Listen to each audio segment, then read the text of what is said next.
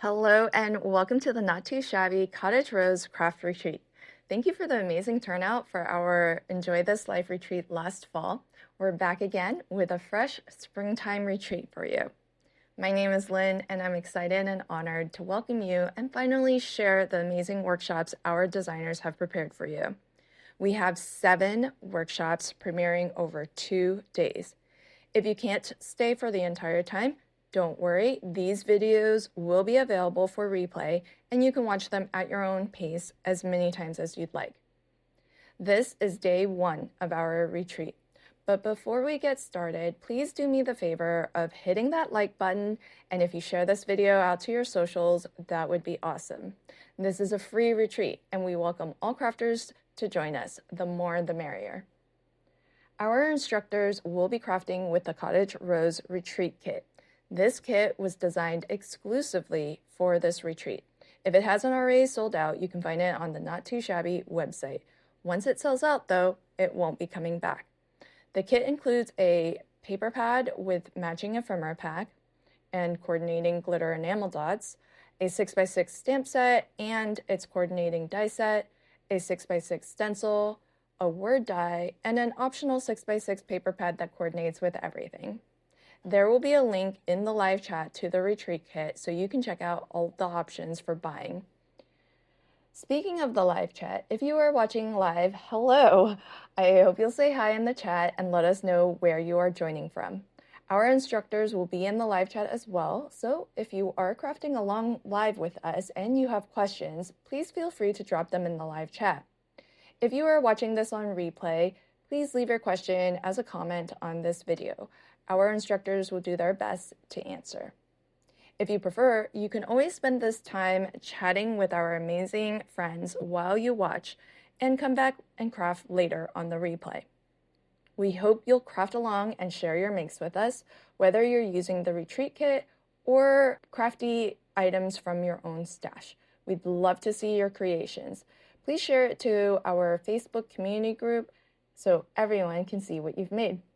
Last but not least, Jamie has put together a mega prize bundle valued at over $175. For a chance to win, look for a link in the live chat for where and how to enter.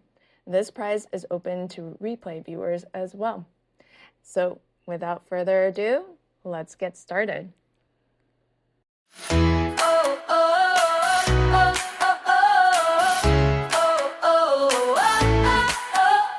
Sunlight shining, coffee's poured, papers stacked, we're ready for more. From coast to coast, near and far, we're crafting together wherever we are. Scissors snip and glitter flies, stamps are inked and colors collide. Cottage rose, let's craft away, laughing, creating all through the day. Cut it, fold it, layer with style, handmade magic, share a smile.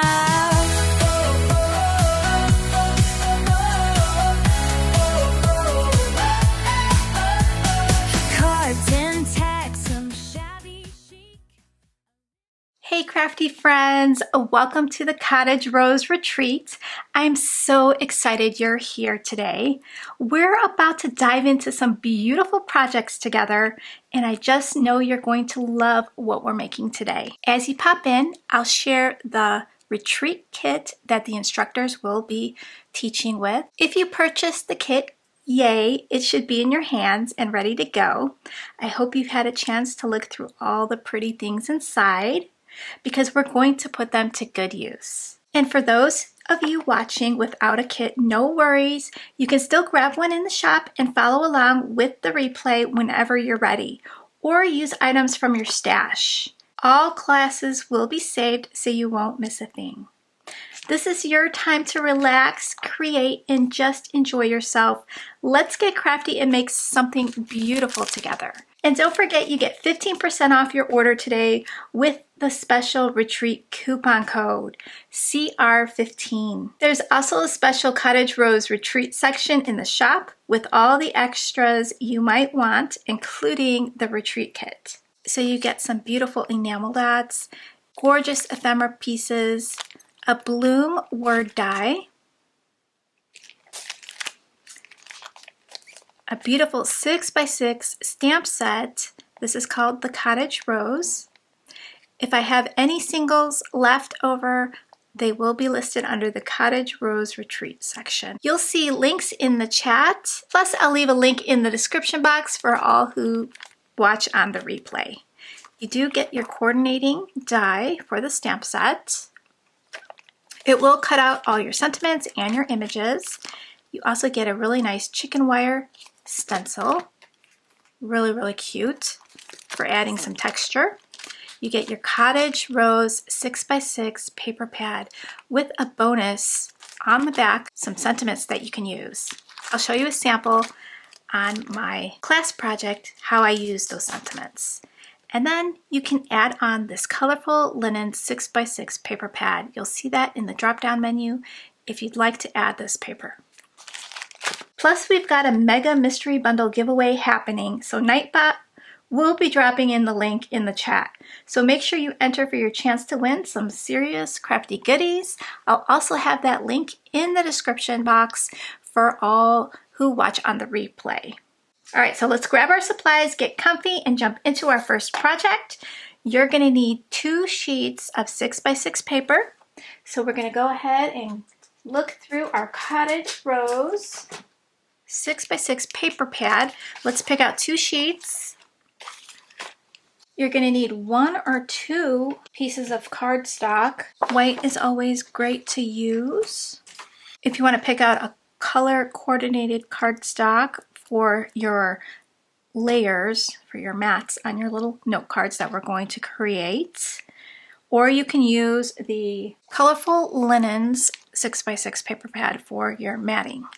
So I'm gonna do that today. You're gonna need a bone folder, a paper trimmer, adhesive embellishments like lace or doilies, enamel dots, ephemera, stamps. You're going to need some sentiments. And optional, if you want to make the coordinating envelope, you'll need an envelope punch board. While you're getting your supplies ready, I'm going to set up and pick out our 2 sheets of paper.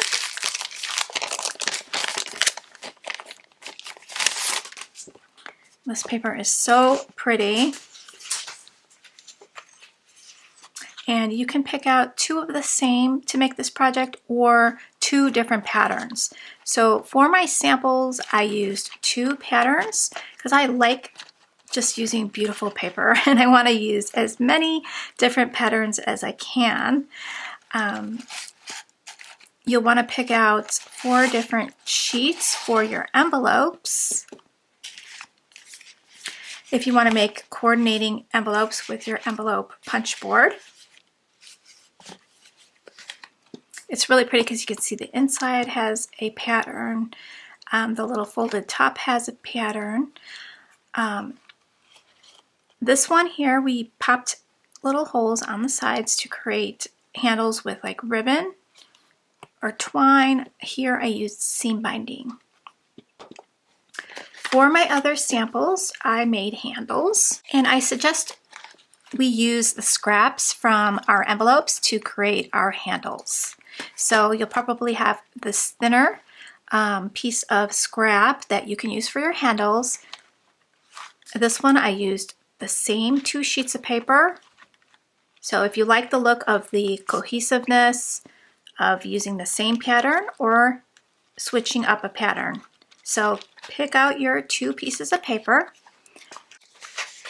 Okay, so I'm going to look through this really quickly and decide what I want to use. So pretty. I love this color. That's really pretty. I think that would look really great with this color here for matted, for your matted cards. So I think I'm gonna pick this one. I really like that. Okay, so I think I'm gonna do the same pattern, or I could turn it over and use this one on the back. We'll decide. But look how pretty this paper is. You're gonna get 2 of each. design. How cute are those little pigs? Those cute little farm animals. Really, really love it. So that is the Cottage Rose paper pad. So let me introduce myself. I'm Jamie, the owner of Not Too Shabby, and we're going to craft the most adorable coordinating gift bag and mini note card set today, and it's perfect for thoughtful gifting. Let's give a huge shout out to Lynn, LV Handcrafted, for putting together this incredible event. And what a gift to be a part of it. Let's see those hearts in the chat for our amazing instructors who will be sharing so much inspiration with us this weekend. And a very special thank you to Teresa from Fresh and Renewed with Teresa here on YouTube.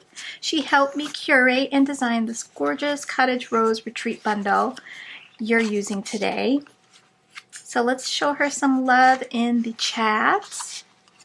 And of course, thank you for being here today, whether you're crafting live or catching the replay. I'm so happy you chose to spend your creative time with us. Let us know in the chat, are you crafting along or just here for inspiration and the hangout? So these colors are really pretty. I love how there's like a darker one on one side and a lighter on the other. So I wanted to use this kind of creamy color here to go with my patterns. I think it's going to bring out the nice color in the rose. So I'll grab a couple of those for card mats, and I wanted to show you an example of the cards on the inside here. So for this one here, I use the sentiments that come in your Cottage Rose paper pad, and on the inside I use those sentiments. How cool is that? So our little note cards, and then I did embellish. So there's different ways we can do these cards. I want to show you some examples here. So let's quickly open these up and decorate the bag with a little crinkled grass, paper grass. And I love the sentiments. The ache for home lives in all of us. There's so many cute sentiments. Here's another one. Home is the comfiest place to be. Winnie the Pooh. And then we have where we love is home. Home that our feet may leave, but not our hearts. And I love that cute little gym shoe. Okay, so those are the samples for this one. And what would you put in your little gift bag? You can also just fill these with cute little gifts or treats. Let me know what you would put in your gift bag. So this one here, I used the stamp set. I used the Bloom word die. I used a doily from Doodlebug, and I used some lace. Okay, so there's one with the stamp, colored stamp image.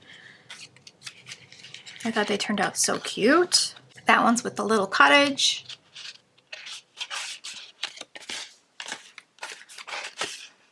A cute little rooster with a basket of eggs. And that sweet little lamb. And then our third sample here, I stamped out the sentiment, you're the rose in my garden of friends, which comes in your set. And then I used the ephemera. I added lace on these, so that's another option for you guys. I used scraps to make most of these little note cards. You might want to finish decorating the fronts with your scraps.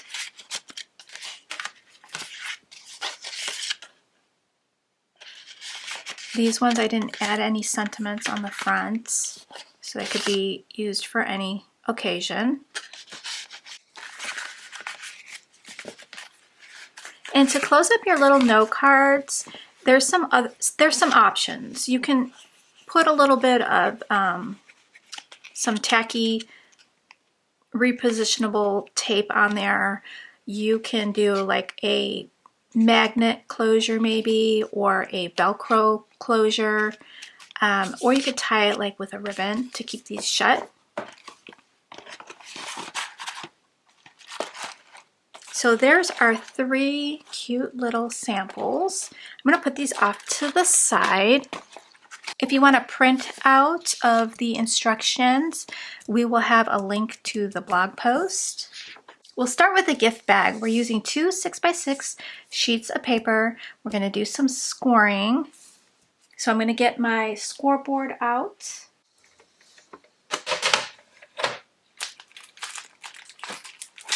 Okay, we're going to score both of these sheets of paper. You're going to find the top, and we're going to put the top towards the left-hand side here. We're going to score the top at 3/4 of an inch.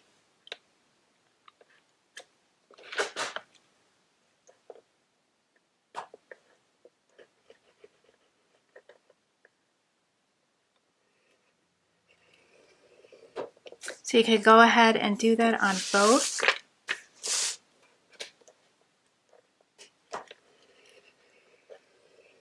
For your side flaps, you're going to want to turn it back to the top, and we're going to score at 1.5. And just rotate that so we could score the other side at 1.5. You're also going to score the bottom at 1.5. So this is a really easy bag to make. So then your panel is going to look like this. Let's see if you can see the score lines. So you'll be able to see them when I do some folding. So you're going to do the same thing to the other one. So put it back at the top. We're going to do 1.5, and you're just going to rotate it so all the sides are going to be 1.5. Your side, your bottom. So we have 2 panels the same. Okay, I'm going to move my scoreboard. You're going to need a pair of scissors.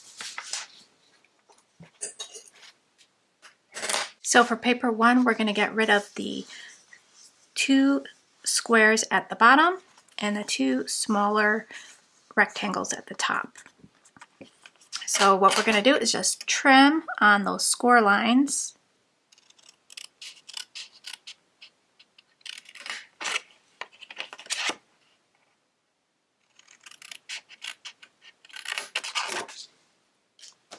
You can save those and use them to embellish your cards.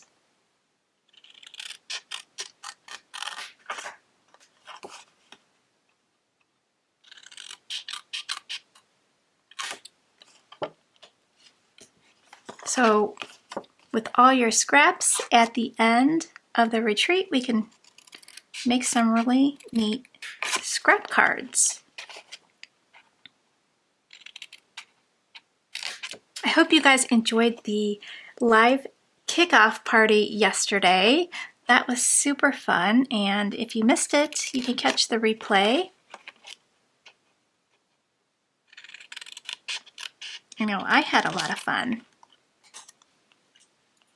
So paper 1 is going to look like this. We can go ahead and burnish those score lines.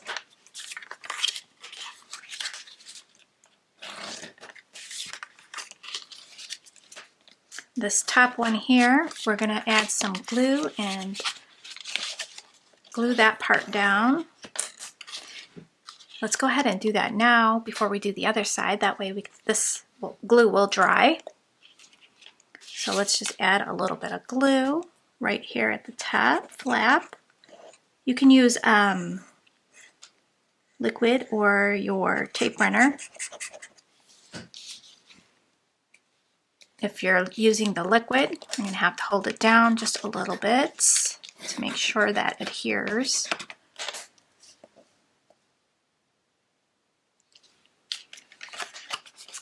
and make sure that your flaps will close nicely.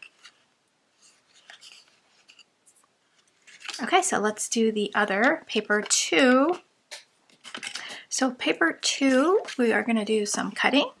Do not cut this square out. What we're going to do is trim here. Okay, so this is the top. We're going to trim the flap like that on both ends. Just up to that score line. Okay, so it looks like this. And then on the top, we're going to do some trimming, cutting from the top to the score line. So it looks like this. Okay, so we're going to fold this one down, and this is going to be the flap that we glue. Okay, so let's go ahead and fold on all those score lines and burnish them. Your box is going to look nice and professional when you use your bone folder to burnish all the edges.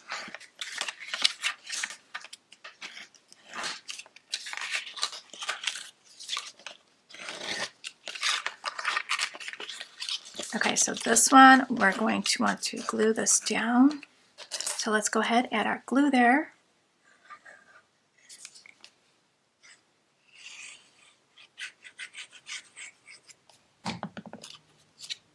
I like taking my bone folder and just squishing all that glue down, make sure it adheres. Make sure your flaps can fold. Sometimes when you trim this, try to trim inside of the score line. That way your box can fold nicely. So now we have this little area here that we're going to glue this little flap to. So we're going to line that up like that. So we're going to add your glue to this area here.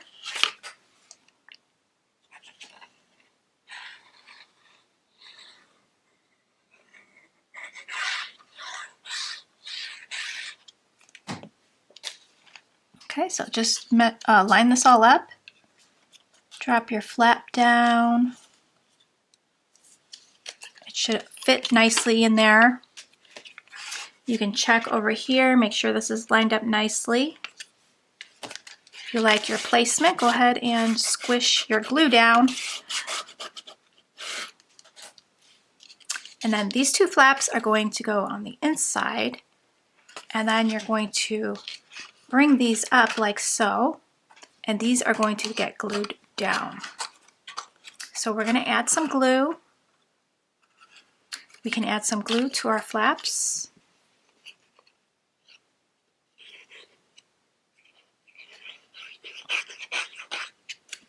This is such an easy box to create, and you can use it for little party favors or gift giving.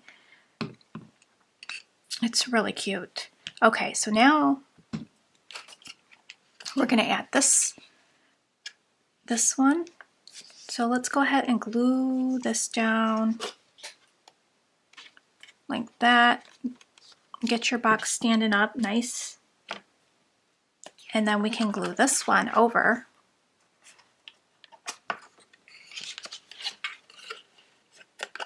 Okay, so make sure it's fitting really nice here and straight.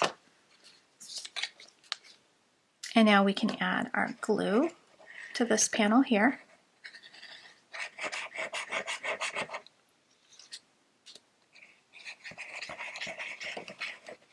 And we're going to want to add some glue to this panel here. So when we fold it down,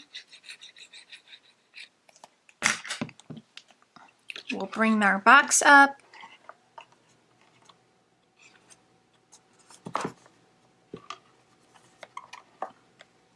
Square it off. And then fold these flaps in. We're going to take our bone folder and make sure to press down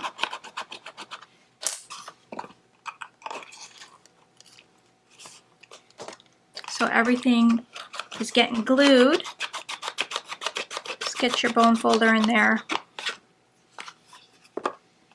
Especially those little flaps that are way down in there. You want to make sure you're pressing those down. Okay, so here we have a beautiful box. A nice sturdy box. So these are great if you want to pop holes on the side because we have like a reinforcer at the top. Or we can make those cute little handles, but I really like the look of the handles. So I'm gonna do that. Okay, so we have our front. Now we can decorate it all cute. So to decorate your box, grab your ephemera or your colored stamps. I want to pick this one, Live Life in Full Bloom, and this cute little rose that matches the rose on the paper. Can be a little accent here. And then I'm grabbing some lace just to add a little bit of texture. And then we'll put a seam binding bow on our handles. So I'm going to go ahead and glue this down. So if you don't have a doily, we can use a scallop circle.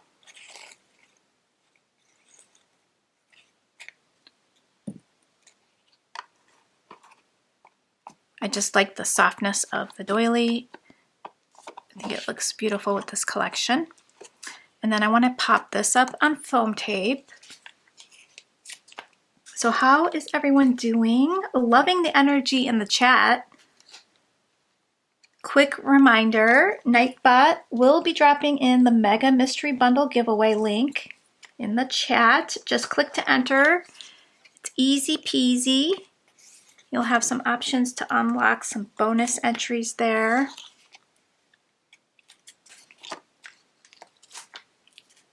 So I'm going to put a lot of foam tape on the back of my sign.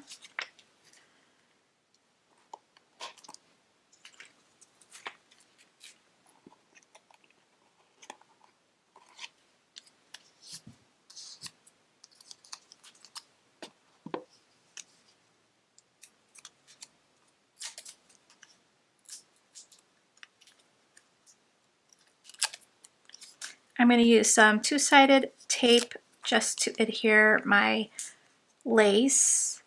You might want to use a hot glue gun, or if you have some Fabri-Tac glue, that always works good. So I'm just going to center our cute little sign here, and then we will put some two-sided tape on our little piece of lace.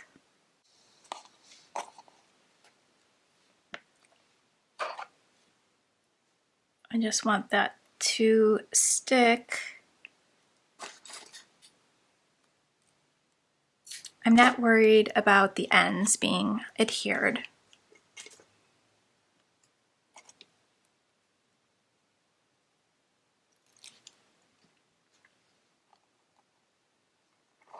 Okay, I'm just putting that on an angle.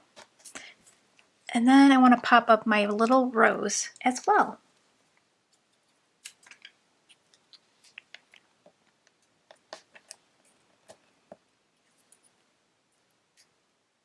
You can add some extra glue probably to the back so your rose doesn't fall off when you're adding it on top of a lace. But for the video, I am just going to add it without doing that. It's sticking pretty well. I guess it depends on what kind of lace you're using. This one's pretty thin. And then I want to also decorate it with some enamel dots. You get some beautiful coordinating enamel dots in your kit. I'm going to use this really pretty tealish green color.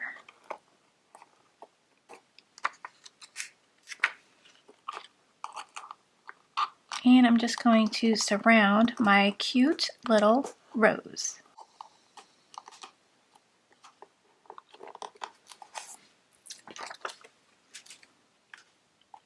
Okay, super cute, guys. We're gonna use the scraps from our little cards that we are going to make for the handles. So I'm gonna put this to the side.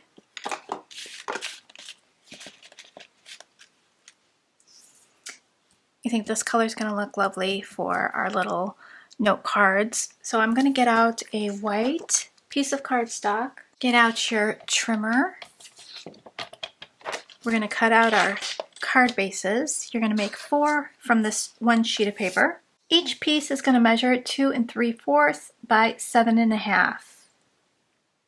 And then we're gonna score at 3 3/4 to create a 2 3/4 by 3 3/4 card base. So we're gonna trim this down to 7.5.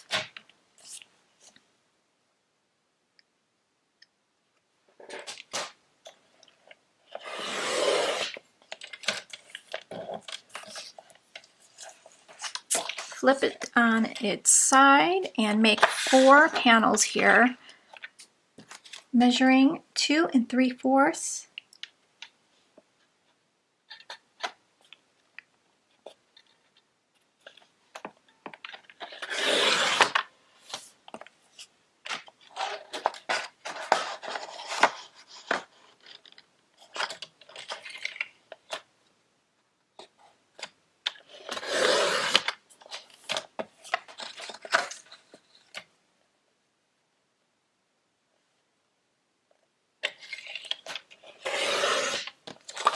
All right, so I love how there's not too much waste there.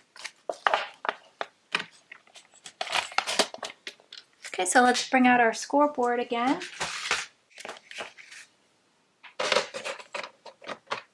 And you're gonna score your card base at 3 3/4.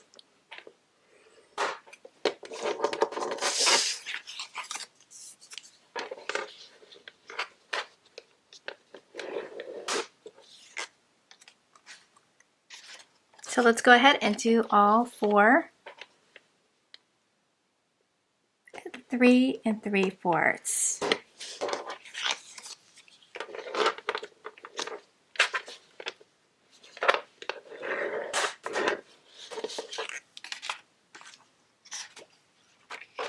And we would love for you guys to post your finished projects in our Facebook group.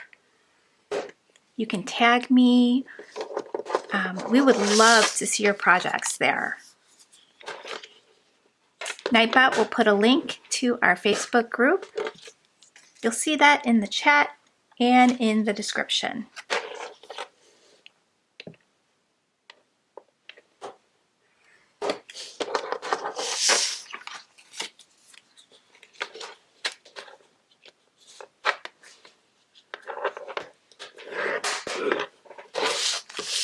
Okay, so we have all of our little note card bases done. Now we need to make some layers. Let's bring out our trimmer. Leave some heart emojis in the chat if you're loving the Cottage Rose vibe. I can't wait to see the other classes. Up next is Alicia, Call Me Crafty Al. So this will be our first layering mat, cut at 2.5 by 3.5.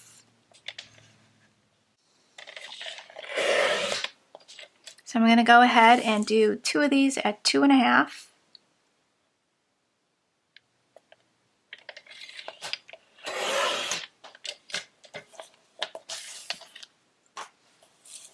And then at 3.5.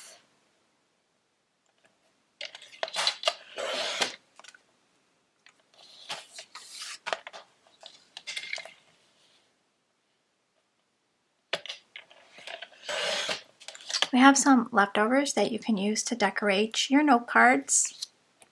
So I have 2, so I'm going to go ahead and do 2 more.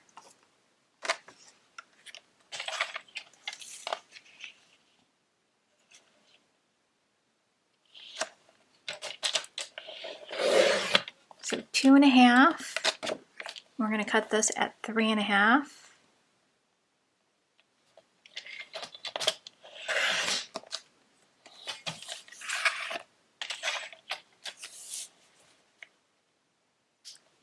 2.5 by 3.5.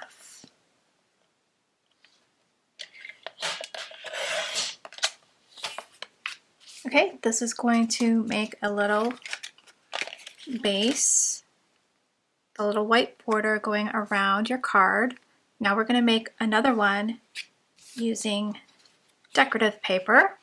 So grab a couple of sheets of decorative paper from your Cottage rose paper or whatever you're using from your stash. So this layer you'll cut at 2.25 by 3.25.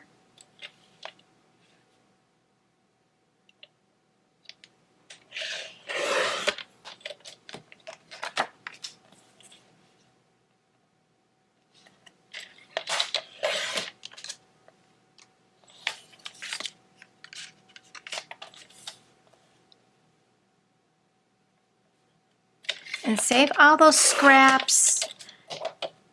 You can use, like this one will make a great handle.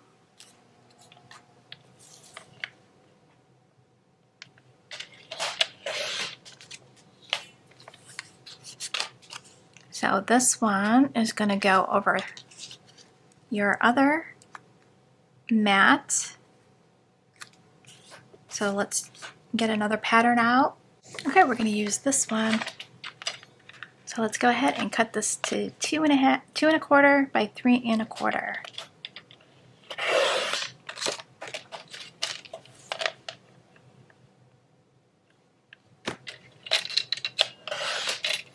So go ahead and ask me any questions. Let's do a Q&A round. Leave it in the chat. I'll be live in the chat, ready to answer.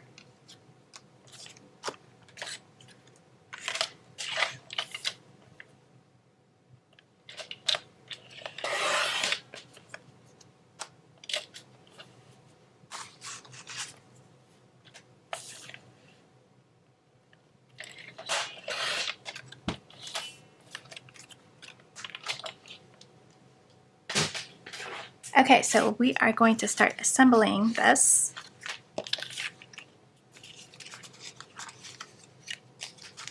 So we've got our 4. We're going to start with this mat.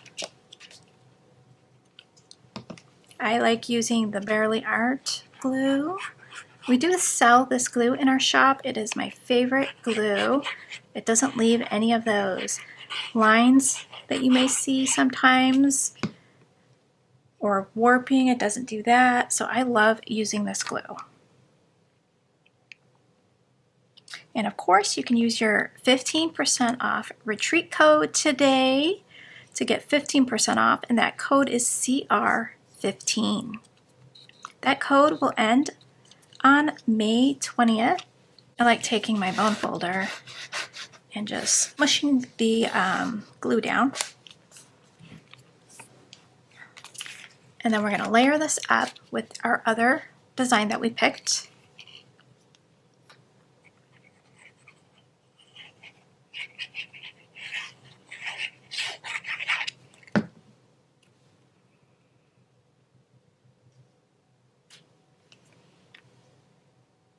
There we go. I love it so far.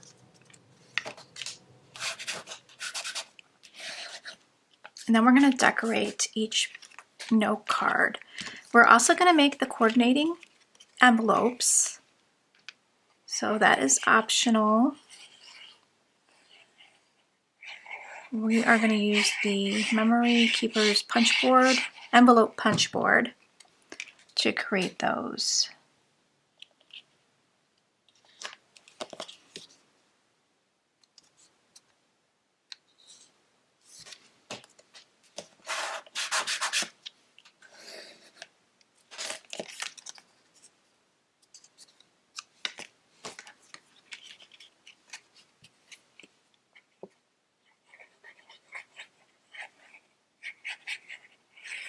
And I love the artist work on the paper and ephemera.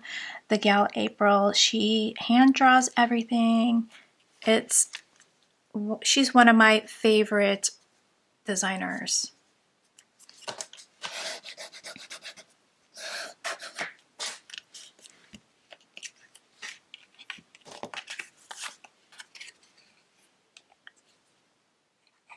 So I hope you guys are having fun. I am crafting along right with you guys, and I can't wait to do Alicia's sheet load. So she is providing a special Cottage Rose sheet load. So super exciting.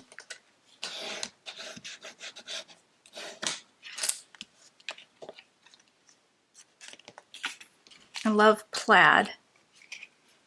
I love working with plaid. I think it's great for all seasons.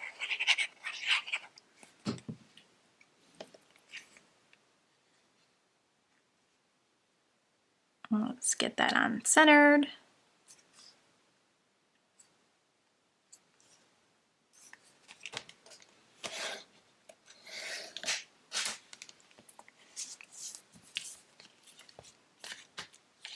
And we got one more to go. Then we're going to work on our envelopes.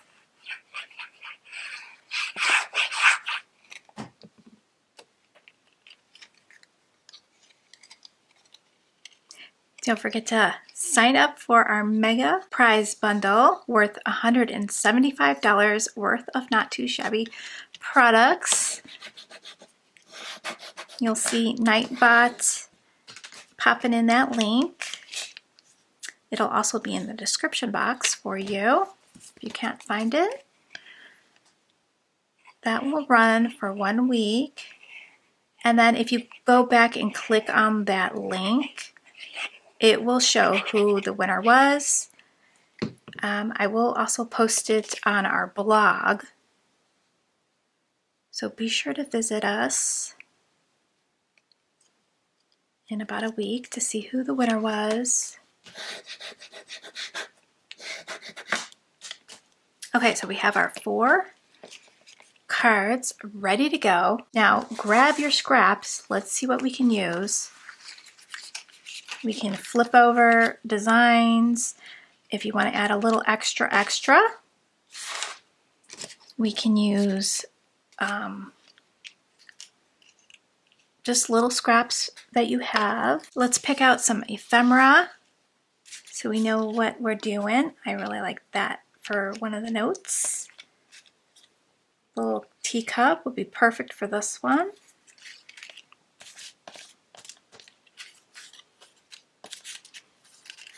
There's a lot of different sizes in here for your larger projects or your smaller projects. This one's really pretty.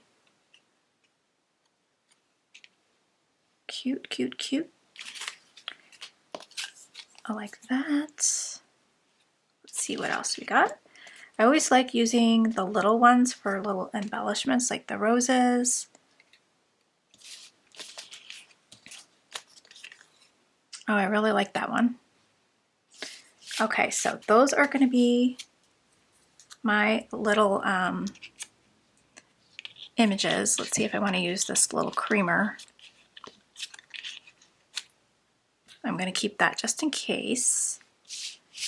We can add sentiments or leave sentiments off. It's up to you. See, this would be really cute. I can just trim this down and we have another little layering piece. So I'm going to go ahead and do that.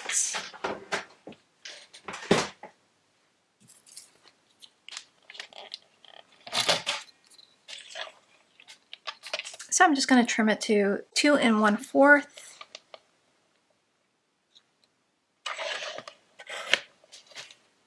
And I'm going to do that with this one too. So this was just a little scrap. I can use that piece as well. It's just 1/4 wide by 2 1/4 long.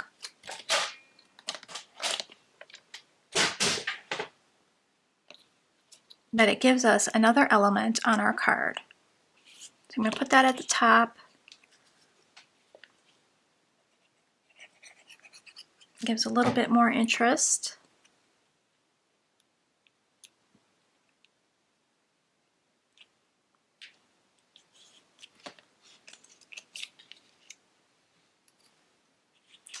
And then for this one, let's see, maybe we can put this at the bottom and have like the teacup sit on top of that.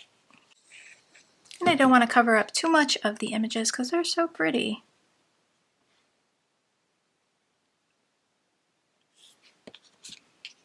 Okay, I like to use foam tape.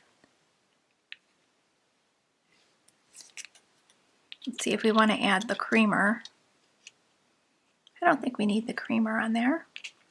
We could put the creamer on the inside if you want to decorate the inside of your cards. There, I think that looks really cute. So let's go ahead and pop up our images. Add a couple of pieces of foam tape to the back here. You can decorate these however you want. Use your stamped images, use the sentiments. I want to move that over just a little bit.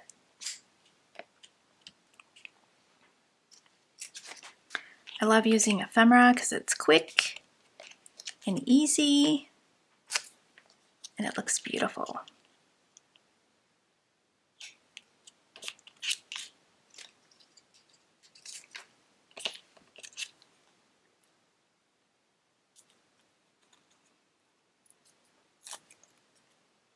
All right, we'll pop this one in the corner. And then we're going to embellish with our enamel dots. Love our enamel dots. They have a beautiful sparkle on the inside. We have a lot of collections, and we call our enamel dots magical because they seem to go with everything. So we create them for a certain product collection, and then next month we find out, oh, it matches this collection too. So they are really a great value.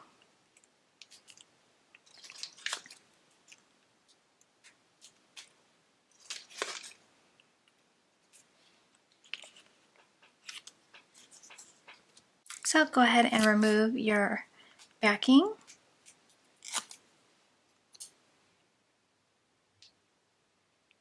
So who's crafting along with us right now?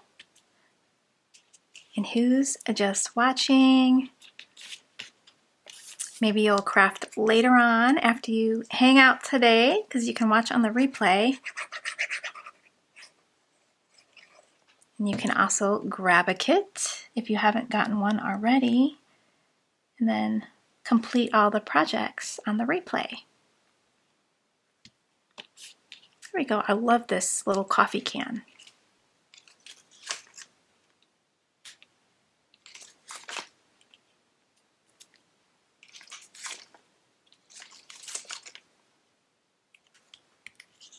So who enjoyed our fall retreat last year?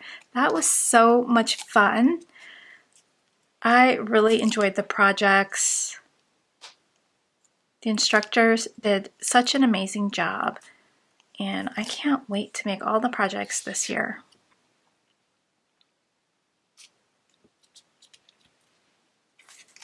Okay, I'm going to take my enamel dots and kind of just sprinkle them around.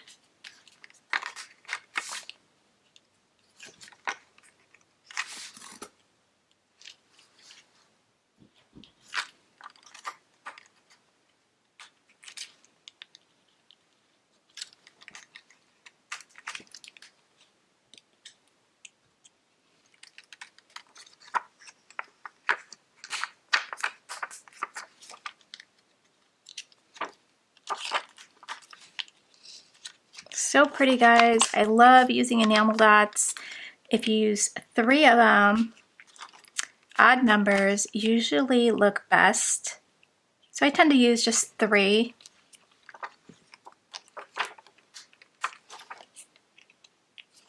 And I do like that our enamel dots have different sizes.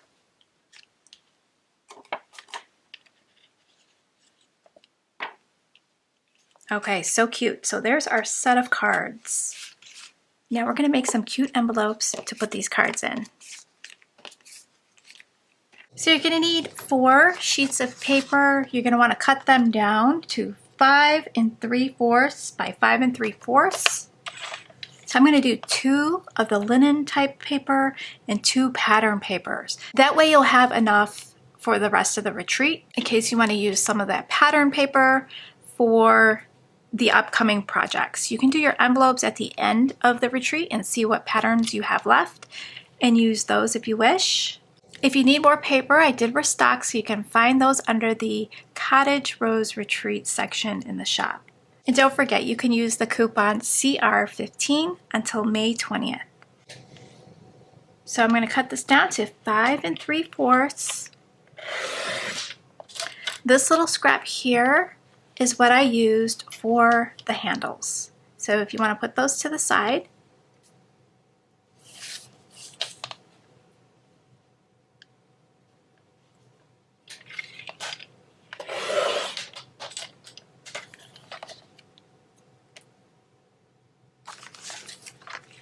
So cut all 4 sheets down to 5 3/4 if you're making all your envelopes now.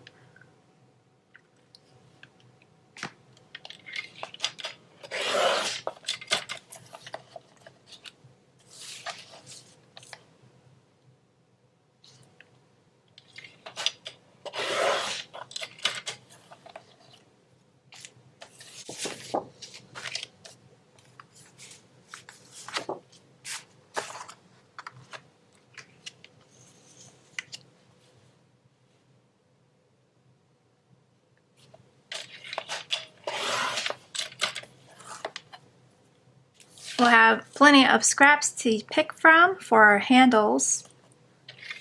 So we'll see which one looks best.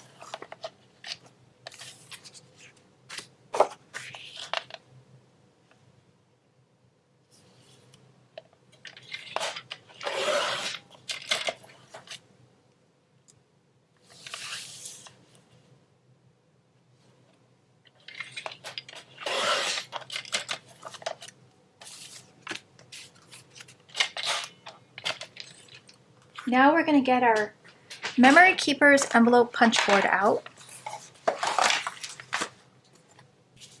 Your punch board has a little scoring tool on the side. So we are going to score our first line at 2 3/8. So you'll take your paper, line it up to the 2 3/8 mark. You're going to punch and take your little bone folder and find that groove and then score all the way down. You're going to watch this score line here when you rotate, and you're going to line it up to this little pointy piece here, this little pointer guide. Line that up, and that is sitting right at the 3 3/8 mark. So you'll punch, you'll find that little groove and score all the way down. I'm going to rotate again, put the little pointer with your score mark, and that is lining up on the 2 3/8 mark. Go ahead and punch, find your groove and score, rotate it one more time. Again, line those up. This one's landing on the 3 3/8 mark. Punch and score. On your envelope punch board, you can round your corners. So I like to round these 2 corners here.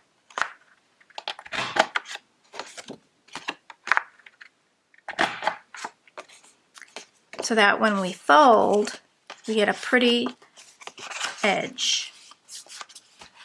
So you're going to want to burnish your score marks. Then find which way you want your flap to be on the top and which one's going to be on the bottom. So what I like to do is take your card and put it inside before we glue it up.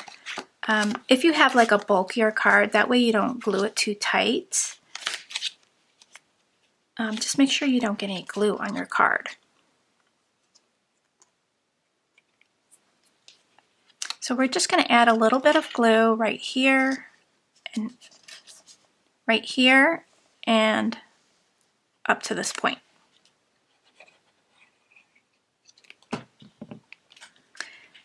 And then I just hold my flap down till it adheres.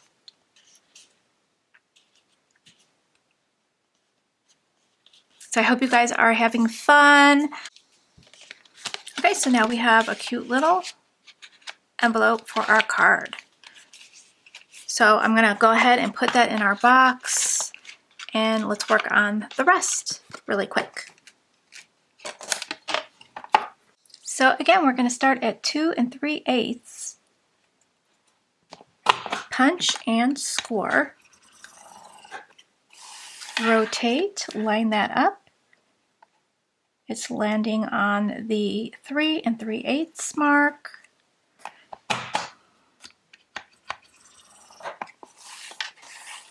Rotate that again. And this one's landing on the 2 3/8 mark.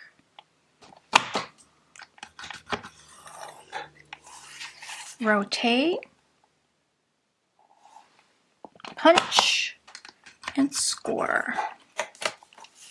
Let's go ahead and round those corners.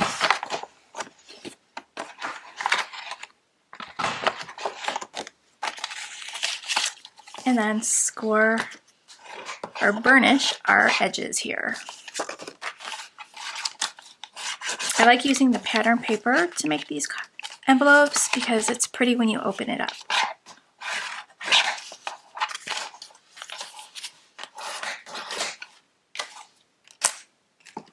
Okay, let's get our next card. Slip it on in there. And then add our glue.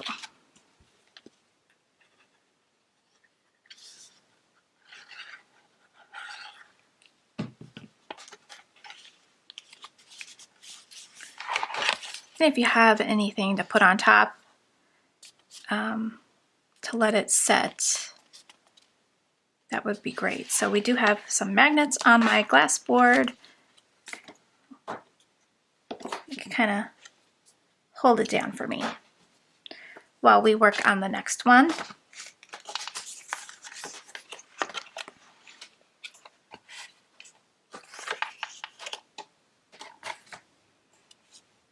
Okay, so we're going to go at that 2 3/8 mark.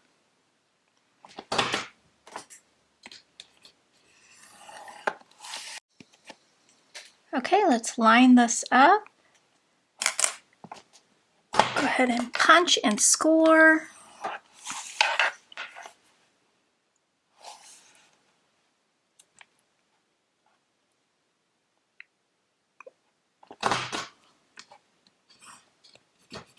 Kind of have to find that groove before you get going.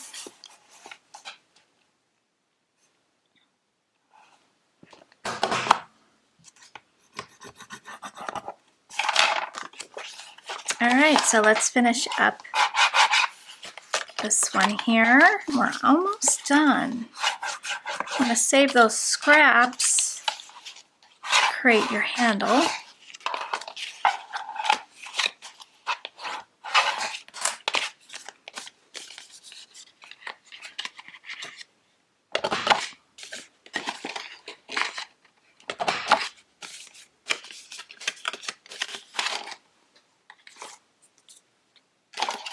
This one goes really cute with the pink. So put our little card in there. Let's add our glue.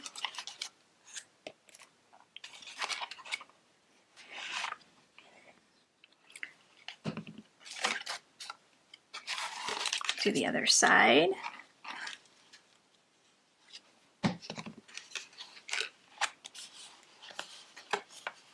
Hold that down. Let's do a quick poll. Have you ever been to a virtual retreat before? Click yes if you have, or no that you haven't. If this is your first time, I hope you guys are enjoying it so far. Let us know at the end what you think.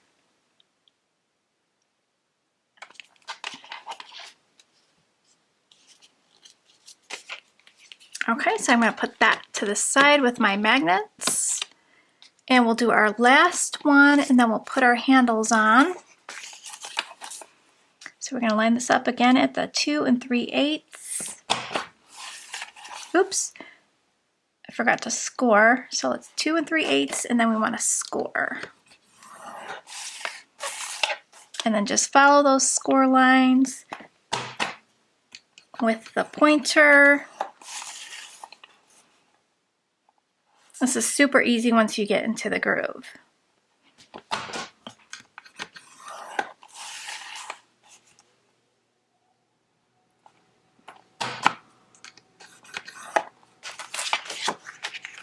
And then let's round the corners.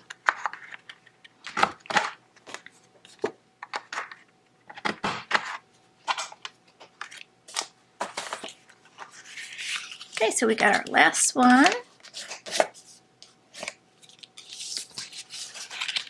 We got our little mess there. Sweep it to the side. I think this one would be cute with a little sentiment, so I'm going to add my sentiments later. I think you can do that later after the classes are all done, or actually add your sentiment when you think of who you're going to be sending it to and what would they need on their cards. They could be little thank you cards, they could be little birthday cards, just thinking of you. Use the cute sentiments that are in your stamp set. I really like this one. You're the rose in my garden of friends. Okay, so we have all of our note cards done. Let's go ahead and add the handle to our box here. So pull out the little scraps. And I really like the little polka dots for this. So to kind of loosen up the fibers, you're going to want to take your piece of paper and gently just loosen up those fibers. You'll see it gives it a natural curl. So it's going to help when you add your little handles. You could use your finger or a bone folder and just curl your paper. Okay, so we're going to add the cute little handles. You're going to want to add some glue to the ends. You can add two-sided tape if you don't want to sit and hold your handles down, because when you add your liquid glue, you're going to have to hold those handles down for a little bit here to let the glue adhere.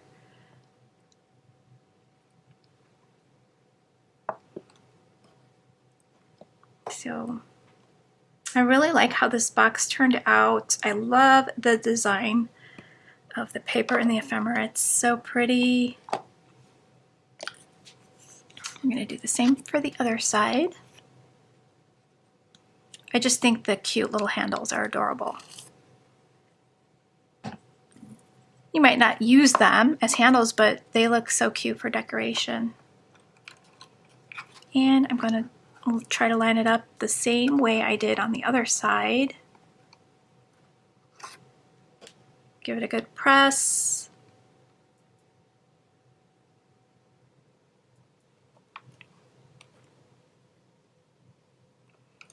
And then we can put some crinkle paper inside to make it all cute. Let's grab our envelopes here.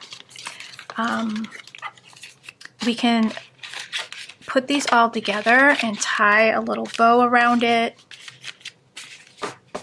But for now, I'm just going to pop that in there. And then I have a crinkled seam binding ready to go to create a cute little bow on our handles. So I just twirled it around a few times. I'm going to take a piece of lace.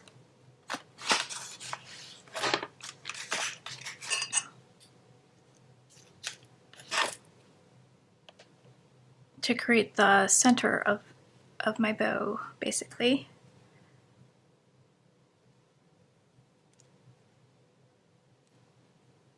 All right, let's do that again. So let's take our seam binding, wrap it around,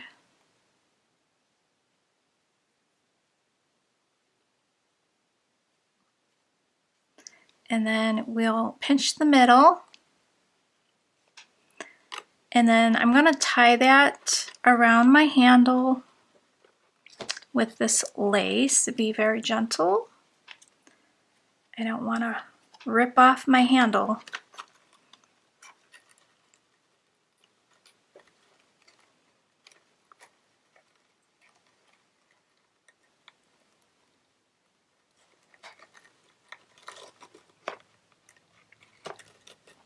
Okay, I'm just going to tie a little knot just to keep my bow on there. So we got a cute little bow, and then let's grab some crinkle paper, and then we can just stuff some in the front, stuff a little in the back. You really don't need much. And what a pretty presentation that is.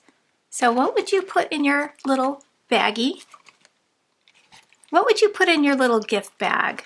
Isn't that cute? Absolutely love it. So I hope you guys enjoyed this project. Thank you so much for joining my class today. I hope you loved making this sweet little bag and matching card set as much as I did. Don't forget you can use the coupon code CR15 to save 15% off your order today. Next up is Call Me Crafty Owl with her exclusive sheet load of mini slimline cards. I'm so excited, guys. So stay tuned.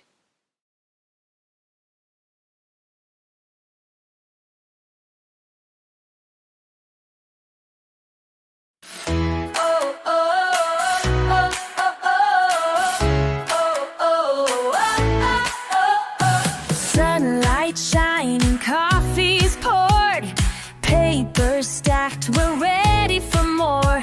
From coast to coast, near and far, we're crafting together wherever we are. Scissors snip and glitter flies, stamps are inked and colors collide. Cottage rose, let's craft away, laughing, creating all through the day. Cut it, fold it, layer with style, handmade magic, share a smile.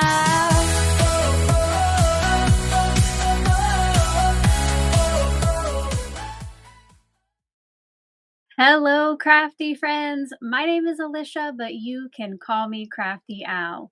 And welcome to my presentation for the Not Too Shabby Cottage Rose Virtual Craft Retreat.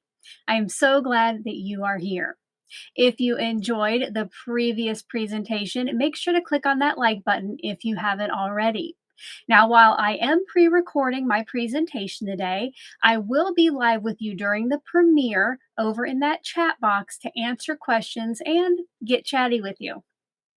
For my presentation, I'm going to show you how to make 4 mini slimline cards with just a single piece of double-sided 6x6 pattern paper and some cardstock.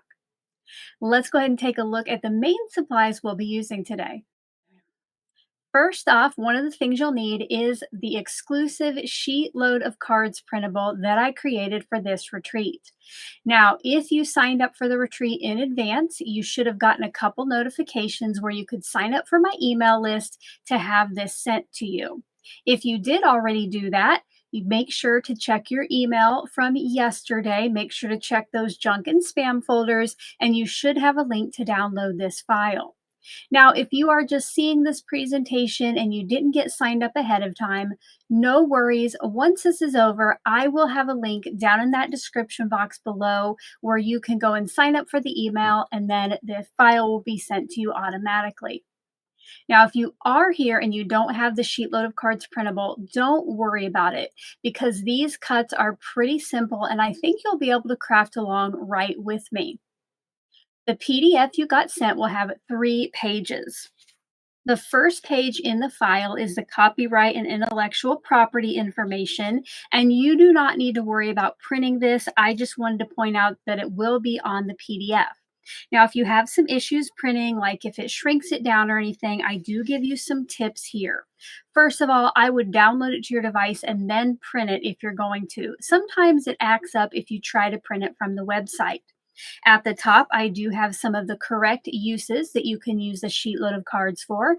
Basically, this is for your own personal use. You are not to redistribute this file or sell anything that has to do with these instructions. If you have any questions, my email address is here and you can reach out. The other 2 pages of the file has the sketch and supply list along with your cutting guide. For this sheet load of cards, you will need 1 double-sided pattern paper, and I will show you later, give you some kind of tips on how to choose that. You'll need 5.5 solid cardstocks. 4 of those are for your mini slimline card bases, and the last 1.5 is for some matting. Like I already said, we are going to yield 4 cards today with just that single sheet of pattern paper, but maybe you have some scraps laying around. Maybe you don't want to make 4 right now. I do also give you the dimensions of each of the pieces if you just want to make a couple. Toward the bottom, I have some alternative ideas for you. These are ways to make sheet load your own. So this is always a great jumping off point, but put your own personality into the cards. Later on today in my presentation, I will show you some alternatives that I came up with. Now, if after seeing my presentation, you love sheet load of cards and you're not already a subscriber to my channel, I have over 2 years of free printables available for you. You can check out my channel here on YouTube. It is Call Me Crafty Al. And if you become a member of my channel, you have access to over 50 additional editions. Now, once you have made some of your cards using this printable, I hope that you'll share them online. You can share over in the Not Too Shabby Facebook group, or if you share on other social media sites, I do have a couple hashtags here at the top. I always love to see what you're creating with my sheet load of cards. Here's a look at the main supplies that I'll be using for my cards today. These products did come from the exclusive Cottage Rose bundle for this event, but don't worry, if you didn't buy it or missed out on it, you can still play along with items that you have in your stash. And if you don't have 6x6 paper, you can always cut down a piece of 12x12. For my paper, I'm using a sheet, of course, from the Cottage Roses paper pad, and you do want it to be double-sided. And when you're choosing yours, you'll want to make sure that the front and back coordinate nicely together. So we have this colorful pattern here with pinks, greens, just different shades of pink, I guess.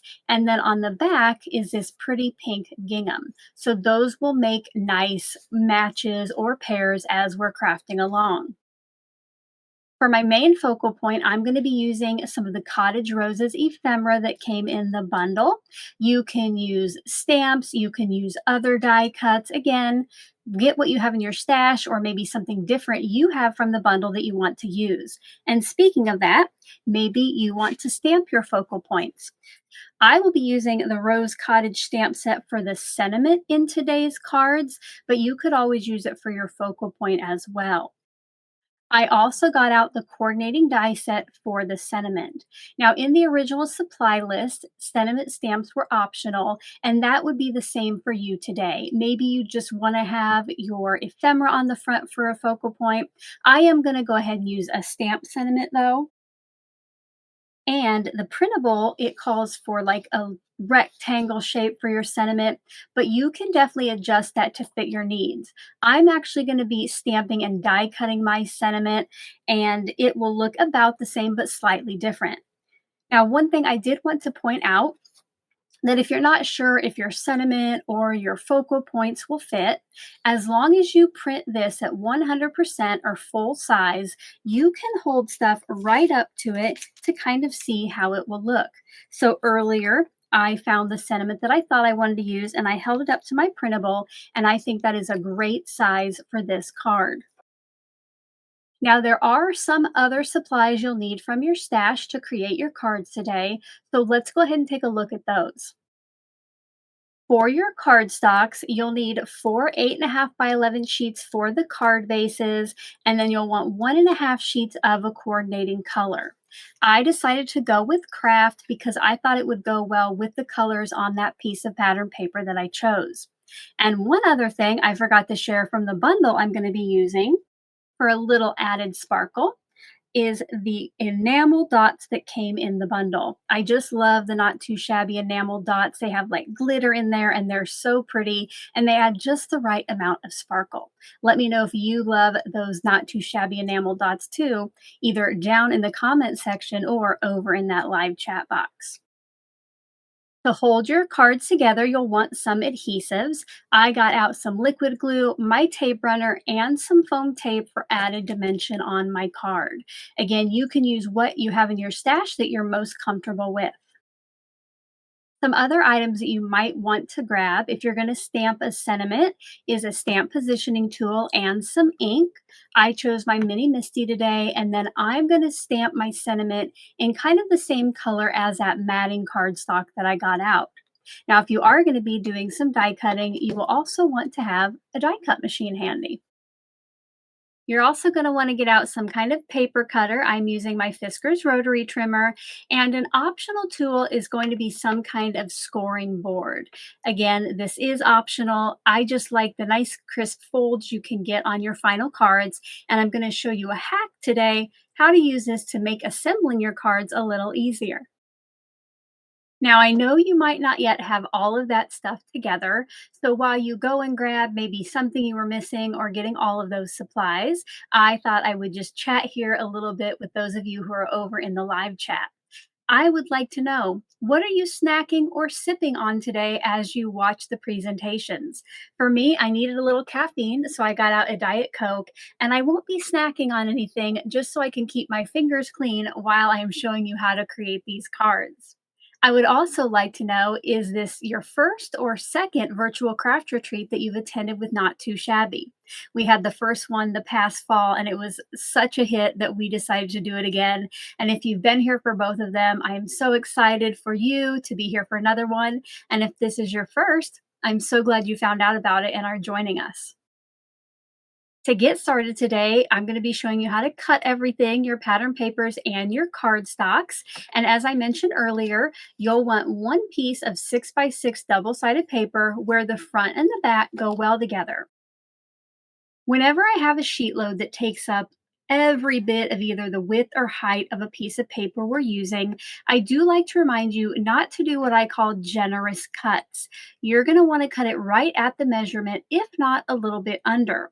And today that is going to be especially important since we are making 11 cuts on just this single piece of pattern paper. So what I'd like to do is, my trimmer does have measurements to the left and right of my cut line. So I'm going to bring this in and I'm going to center my pattern paper between the 1/2 inch on the left and the 5.5 inch mark on the right. So this is going to have it be just a tad under a 1/2 inch wide for that strip. That way, when I get to the end, I won't have a piece that's only like 3/8 of an inch wide. So I'm going to make that first slice, and I have my first of 12 pattern paper pieces we'll need for today's card.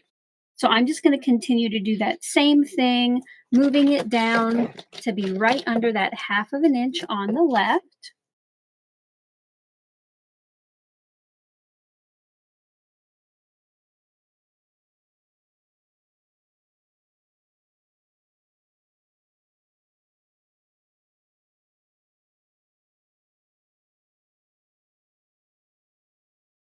And now as I start to get a smaller piece, it is going to be harder and harder for my fingers to hold on to this while I make the cut.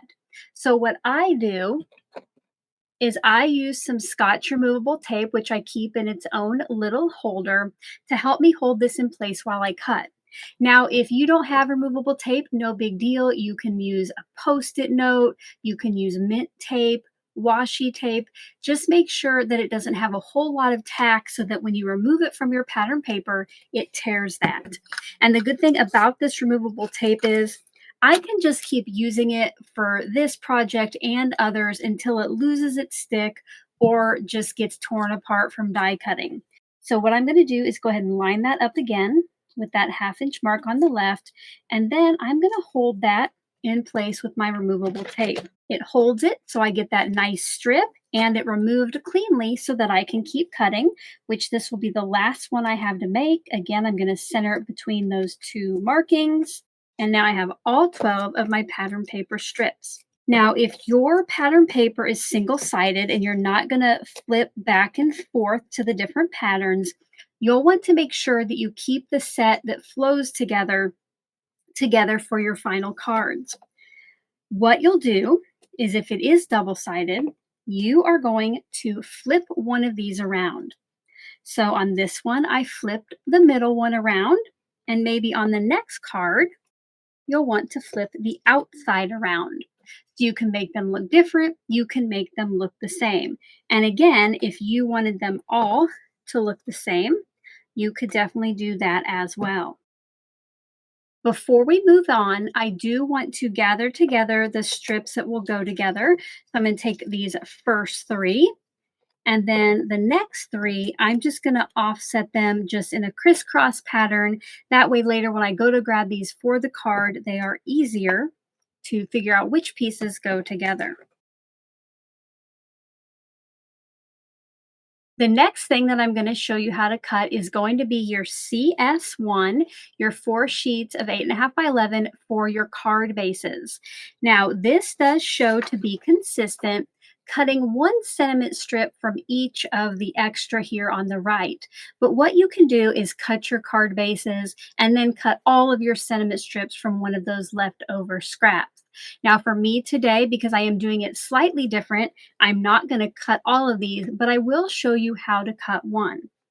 I chose 4 pieces of white cardstock for my card bases. And now from each of these, I'm going to cut a piece that is 6.5 by 6.25.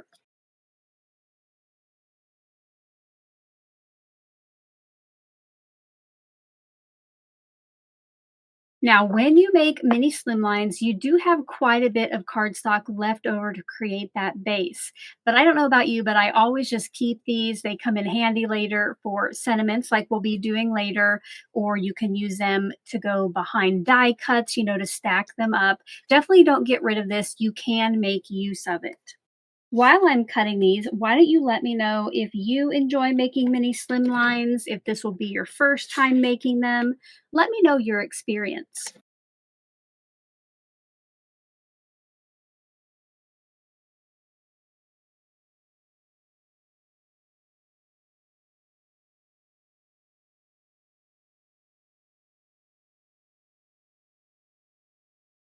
Once those are cut, you could definitely go ahead and just fold these in half. But for now, I'm just going to set these to the side and I'll show you what I do to make that nice crisp fold. I am going to bring back in one of these pieces to show you how to cut the sentiment. But again, you might be doing something totally different, so you can skip this part if you don't have it. For my suggested size on the sketch, it calls for a 2-inch wide piece by a 1/2 inch tall. So I'm going to go ahead and cut that 1/2 inch first and then cut it to the 2 inches wide. Again, if your sentiment doesn't fit on here or you want to use something different, you can leave this off.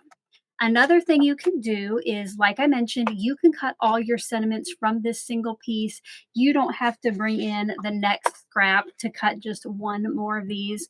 Make the best use of your cardstock. I just did that on this sketch for consistency. And finally, for cutting, you'll want 1.5 sheets of a coordinating cardstock. For mine, I chose this craft color. Again, I thought it went nice with the pattern papers. And what you're going to do is you're going to cut until you get 4 pieces that are 3 inches by 6 inches.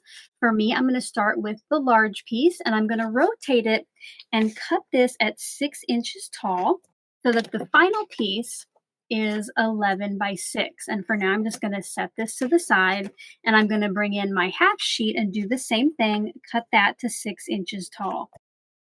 Now I'm going to cut each of these into 3-inch wide pieces, which we will get 3 from the larger sheet and 1 from the smaller. And again, you do have some leftover here, some scraps. So again, I just put those to the side because this is a common color that I use.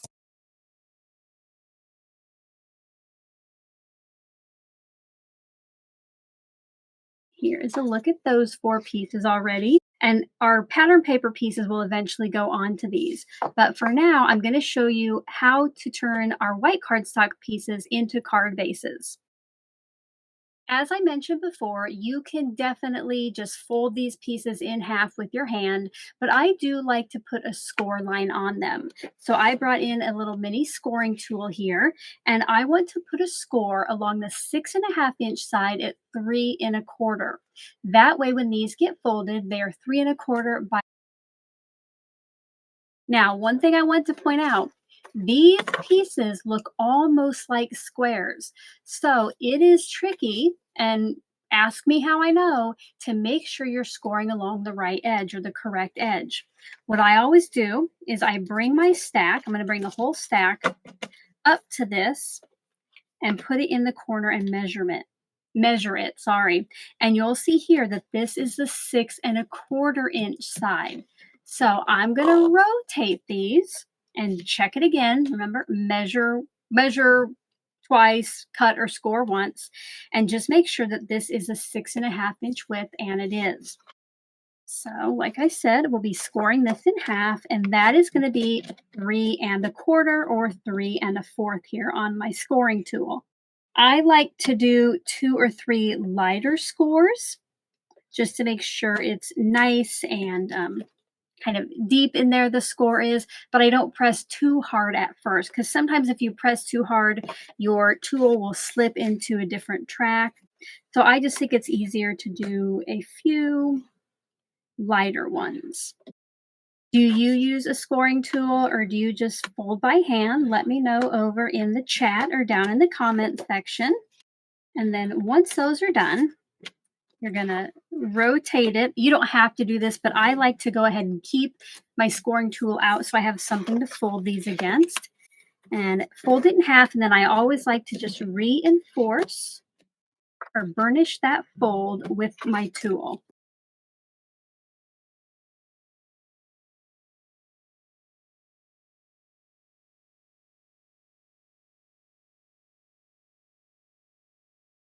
Now, while some of you get caught up, because I know I might go just a little bit faster, or you're wanting to kind of watch and then do, I wanted to find out, which presentation are you most looking forward to this weekend? Or maybe if you're watching this after the fact and this is one of your last presentations to watch, let me know which has been your favorite. If you're here in the live chat, let me know that over in that live chat box. Otherwise, let me know down in that comment section below. Once those are done, you could put this away if you wanted, but I want to show you a little hack that might help you put together some of the other pieces. For this, I'm going to bring in my craft cardstock mats and my pattern paper strips.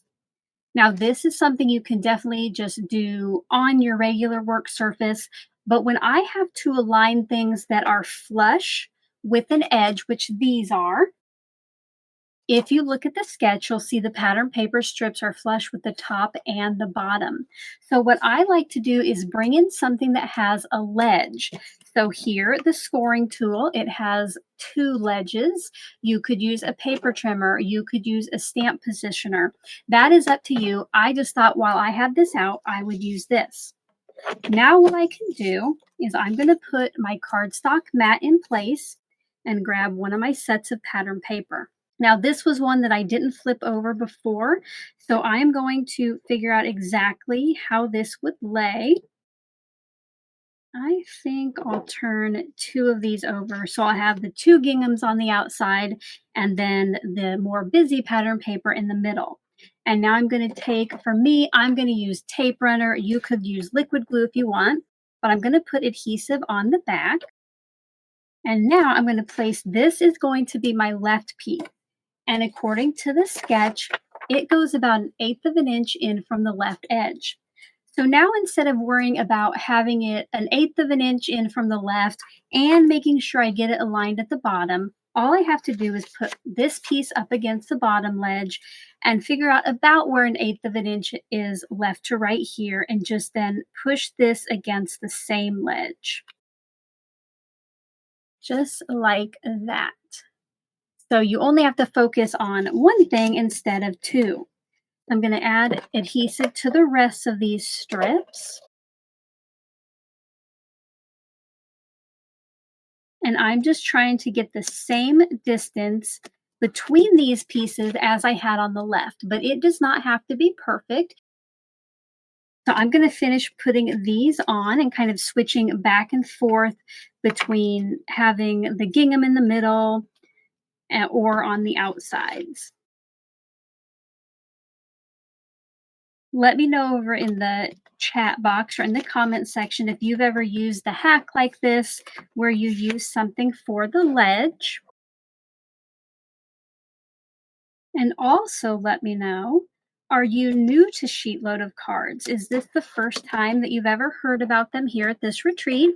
Or if you already follow me over on my channel and get them monthly. And speaking of my channel, I am going to give away 2 of these cards I make today to 2 lucky subscribers. So make sure to go over there and look on the community tab. It is now called the posts tab, I believe. But I have a little form you can fill out and get entered to win 2 of these cards. And that will be open anywhere in the US or the world. You just have to be 18 years old and subscribe to my channel.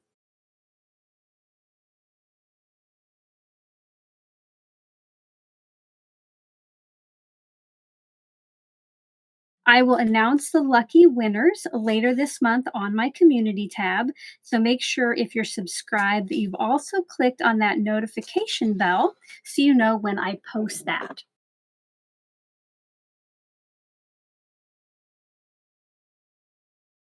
All right, once you have all of your pattern papers and your background cardstocks together, go ahead and bring back in those card bases we made. Now what we're going to do is add adhesive to the back of the matted pattern papers and get those put onto the front of the card bases. I am once again just using a tape runner to keep this nice and flat, but you can always add dimension to pieces. So you could add this piece with foam tape if you wanted. I'm going to do a little less lift on my final cards, and later I'll show you what I'm going to add some dimension, or how I'm going to add dimension. Once the adhesive is on the back, you'll put it on your card base, and you'll just want to try to get that centered there so you have a nice even border all the way around your edges. Now, I am using white because that's just generally what I use for bases when I make sheet loads, since it is a lot of cardstock. But you could definitely use a colored card base for these. Maybe you wanted to use a pink that matched the pink gingham. That is up to you. I would just say make sure you keep it a lighter cardstock so that you can have, or your personal message in the inside will be easy to read by your recipient.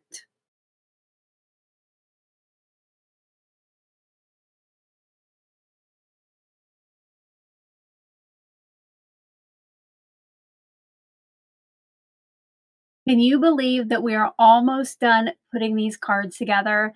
Now all we need are some focal points. Like I mentioned for mine, I'm going to be using a stamped image or a stamped sentiment and ephemera, but you could always use just a stamped image or just ephemera. Or like I do a lot of times, I just use a sentiment on the front.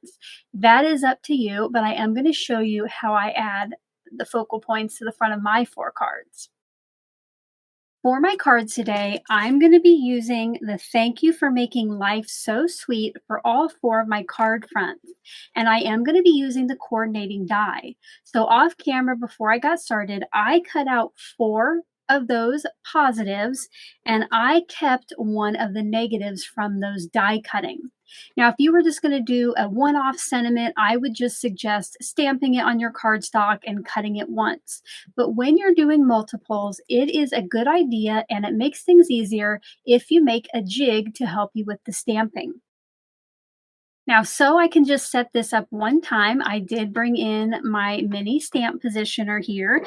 And now what I'm going to do is take the sentiment that I want to use, and I'm just going to set this up just in the middle of my little grid. It does not matter where this goes.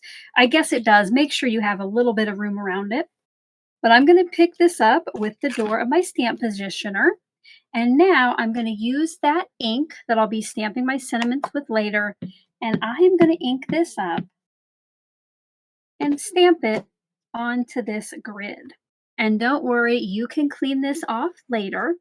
But once you have that in the background, bring in your negative, and then you're going to center this around the stamp that you just did. Now, if you find that the ink, like this, my craft ink or whatever ink you choose is too light, you could always stamp that up with black ink first and then just clean off your stamp before you go to stamp the real sentiments. But once that is centered around the stamp you just made, I am going to bring in some of that same removable tape that I used earlier and just hold this negative piece in place. Now what I can do is bring in one of my positive die cuts and place it right down in there. Then when I go to ink this up and stamp it, which I'm going to do twice just to get my sentiment a little bit darker.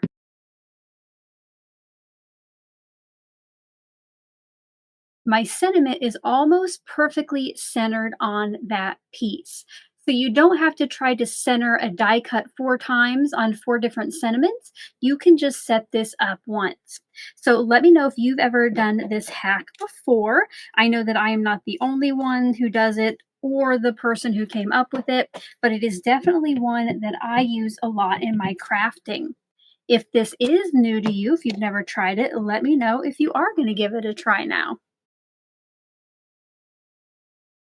Now, I used to stamp way before stamp positioners were a thing, and I'm sure many of you did too. And I was kind of late to the game with the stamp positioner, thinking, oh, I can just stamp with a block or whatever. But it has totally revolutionized the way that I stamp. Let me know if that's the same for you, if you use a stamp positioner frequently.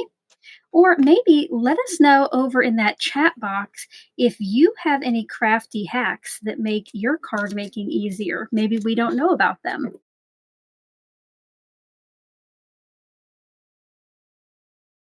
Before I put my sentiments onto the card bases, I do want to figure out what ephemera I'm going to want on each one.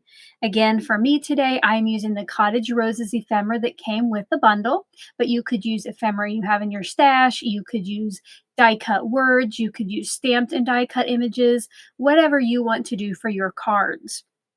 I want to kind of audition the pieces and pick out what I want on each of those final ones. So I brought back in my cards and one of the sentiments so that I can kind of move this around depending on which size ephemera I choose and figure out what I want to go on each. Now you could do a single piece of ephemera here. And again, I move my sentiment down slightly because this is a pretty long, tall piece of ephemera. Or you could do more of a cluster, like maybe this fun flannel shirt with this cute little shoe here. Again, make these your own, figure out how you want to decorate it. So I'm going to go through here and kind of pick out some that I think would be fun. You do the same with yours and let me know over in the chat box what you're using for your focal points. I did decide on all my ephemera off camera, and I went ahead and added foam tape to the back of my pieces for a little dimension. Now, I know that some of you are following along and you might not have had time to choose your ephemera and get the foam tape added. Don't worry, just keep watching because I'm going to be showing you some alternative ideas for these cards, and that will take up some time as you finish putting yours together because really that's all that we have left to do is get the focal points and the sentiments on, and then of course we're going to add just a little bit of sparkle with those enamel dots. For most of my cards, I chose a single piece of ephemera and the sentiment, but for this one over here on the left, I chose a little cluster. Now for this, I don't want to pop everything up. So for now, so I know how I want my cluster to look, I have used another one of those pieces of removable tape just to hold these together temporarily. So I'm going to go ahead and show you how I'm going to put this together and then one of my other ephemera cards. For the cluster one, I want the t-shirt and the little canvas shoe to be flat on the card base, and then I'm going to pop up that rose on some foam tape. So what I'm going to do is bring in my liquid glue, and I'm going to add adhesive to the back of the shoe and the t-shirt. Then I will get that put back in place where I think it looks good, and press that down for maybe 5 to 10 seconds to start getting everything adhered. And now I'm just going to remove the rose and along with it that removable tape. Now there is a little bit here of the shoe that didn't get adhered to the back, so I'm going to add a little adhesive behind that. Just keep that nice and flat. And now I'm going to get some foam added to the back of my rose. For this, I'm just going to bring in a roll. You could use foam dots if you wanted. I'm going to put a couple pieces on here.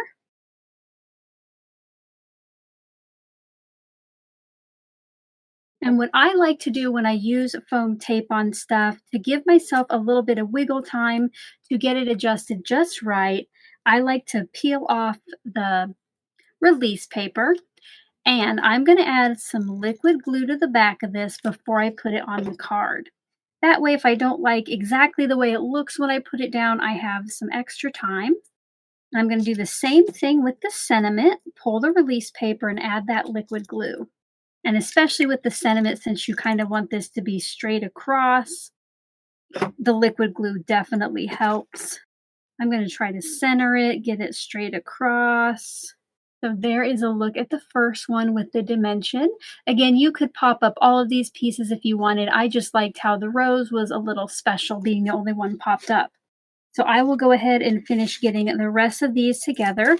Again, I'm probably not going to show the whole process of these, but you will have some time as I show the alternatives to finish getting yours. And then at the end of the video, we will take a look at my 4 finished cards.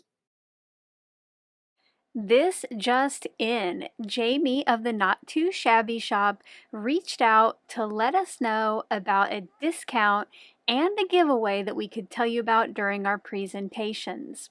If you would like to save money on your next Not Too Shabby order, she has a special discount code for you, which is up on screen now, so you can save 15%. This code is good through May 20th. Some exclusions do apply, and it must be used at the time of checkout. And now about that giveaway. Jamie has put together a mystery bundle prize worth $175. Nightbot will be providing links over in the live chat to the giveaway form, and it will also be listed in the description box below. The giveaway will run for 1 week, so make sure to get entered so you don't miss out on your chance. On every one of my sheetload of cards printables, I do give you some alternative ideas here at the bottom or ways to make the sketch your own. And really, the possibilities for this are endless. Before I made my cards today, I did use the same cutting guides and instructions, and I made some cards using some of those alternative ideas and some others I came up with along the way. These 2 on the left were made with the same pattern papers, and you can see here that I used all of the fronts on one card and all of the backs on the other instead of flip-flopping them. Another thing I did was I embossed the background. I embossed that toffee cardstock or the craft, and I'd used a different folder for each. You might also notice on the one here on the left, I have rotated the sketch just to show you that there are other ways that you can use that. And on the one here on the right, I used a die cut sentiment and placed everything just flat down onto the card base. The 2 cards on the right use the same pattern papers, and these I did flip-flop, but I kept the gingham in the middle on both. And you might notice in the background, I didn't use a cardstock. Instead, I used the Colorful Linens paper pad that you either got if you ordered the bundle early bird, or you could have added on to the bundle later. I like the added texture that paper gives it, and it gave me another reason to use some of those awesome papers. A couple other things I did on these was on the one on the right, I did flip the sketch, so the strips are over on the right, and I used an embossed background piece behind my focal point instead of just using a die cut or a small strip for the sentiment. Over here on the left, I added a couple pieces of ephemera, and to help those stand out from the background, I did put a vellum circle in the back. All of my cards do feature some of that fun, sparkling enamel dots for bling. And again, as I say, sheet load is a great jumping off point for you to make these cards your own. The possibilities really are endless. I hope you enjoyed getting a look at those alternatives. Let me know some of the ideas you might use, whether they were mine or you've came up with some of your own, either over in that chat box or down in the comments section. Now let's go ahead and take a look at my finished cards, and I'm going to give you that secret word to enter my card giveaway over on my channel. When you fill out the form to enter to win one of the 2 cards I'm giving away today, there will be a question about what is the secret word. That way I know you've watched the presentation and you're interested in winning. This secret word is going to be cottage. C-O-T-T-A-G-E. Good luck! Thank you so much for joining me for today's presentation. Don't forget, if you haven't already, to give this stream a thumbs up. Maybe share it with a crafty friend who would like to join us, and make sure to stick around for the next one. Until I see you again, I hope you're all having a crafty day. Bye-bye.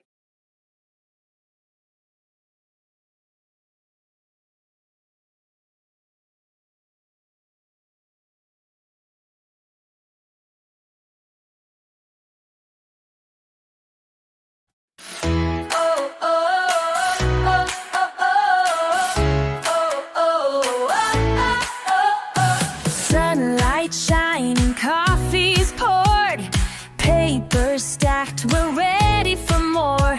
From coast to coast, near and far, we're crafting together wherever we are. Scissors snipping, glitter flies, stamps are inked and colors collide. Cottage rose, let's craft away, laughing, creating all through the day. Cut it, fold it, layer with style, handmade magic, share a smile.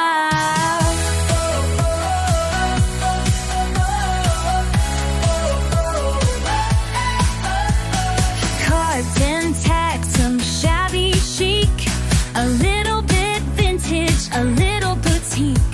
From desktops, craft rooms, kitchen tables, wherever you are, you're more than able. Scissors snipping, glitter flies, ephemera dancing before our eyes. Cottage rose, let's craft away, laughing, creating all through the day. Cut it, fold it, layer with style, handmade magic, share a smile.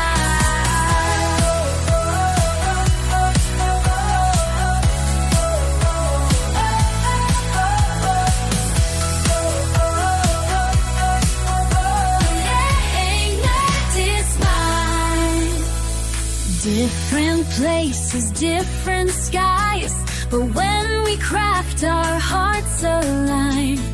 Not too shabby, we're here to say this creative love will never fade. Cottage rose, we made it shine, a piece of love in every design. Let's do it again the same time next year, crafting together, spreading cheer.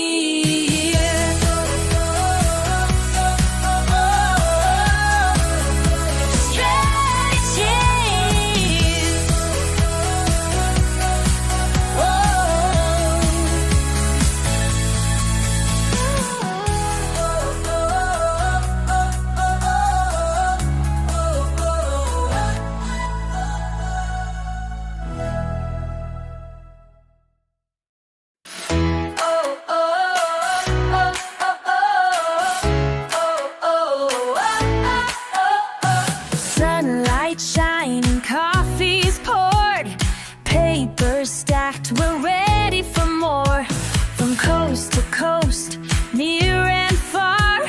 We're crafting together wherever we are. Scissors snip and glitter flies.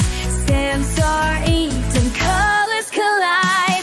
Cottage rose, let's craft away. Laughing, creating all through the day. Cut it, fold it, layer with style. Handmade magic, share a smile.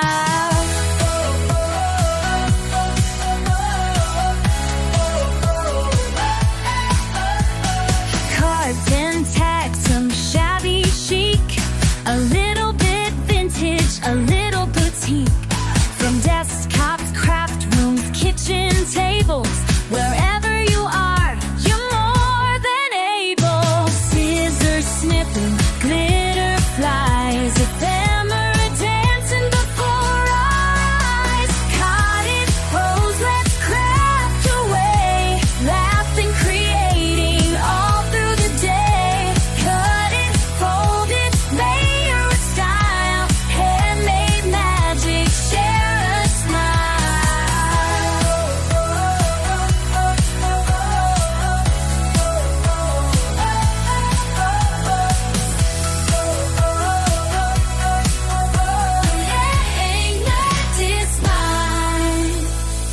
Different places, different skies, but when we craft, our hearts align. Not too shabby, we're here to say this creative love will never fade. Cottage rose, we made it shine. A piece of love in every design. Let's do it again the same time next year. Crafting together, spreading cheer. Spreading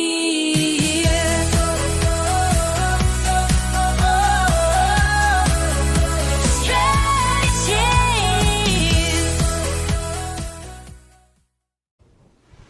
Hey, it's Beth from Bourbon Creek Crafts here, and welcome to my session in the Not Too Shabby Cottage Roses virtual retreat. My workshop today is going to be making a set of 4 pretty no scrap cards. So just kind of real quick cover the things that you're going to need today. I am working with the retreat kit. If you are not using the kit, using items from your stash, I'll kind of give you some ideas of things that you can pull in that might be good replacements. So I am pretty much using everything in the little bit of everything in the kit today.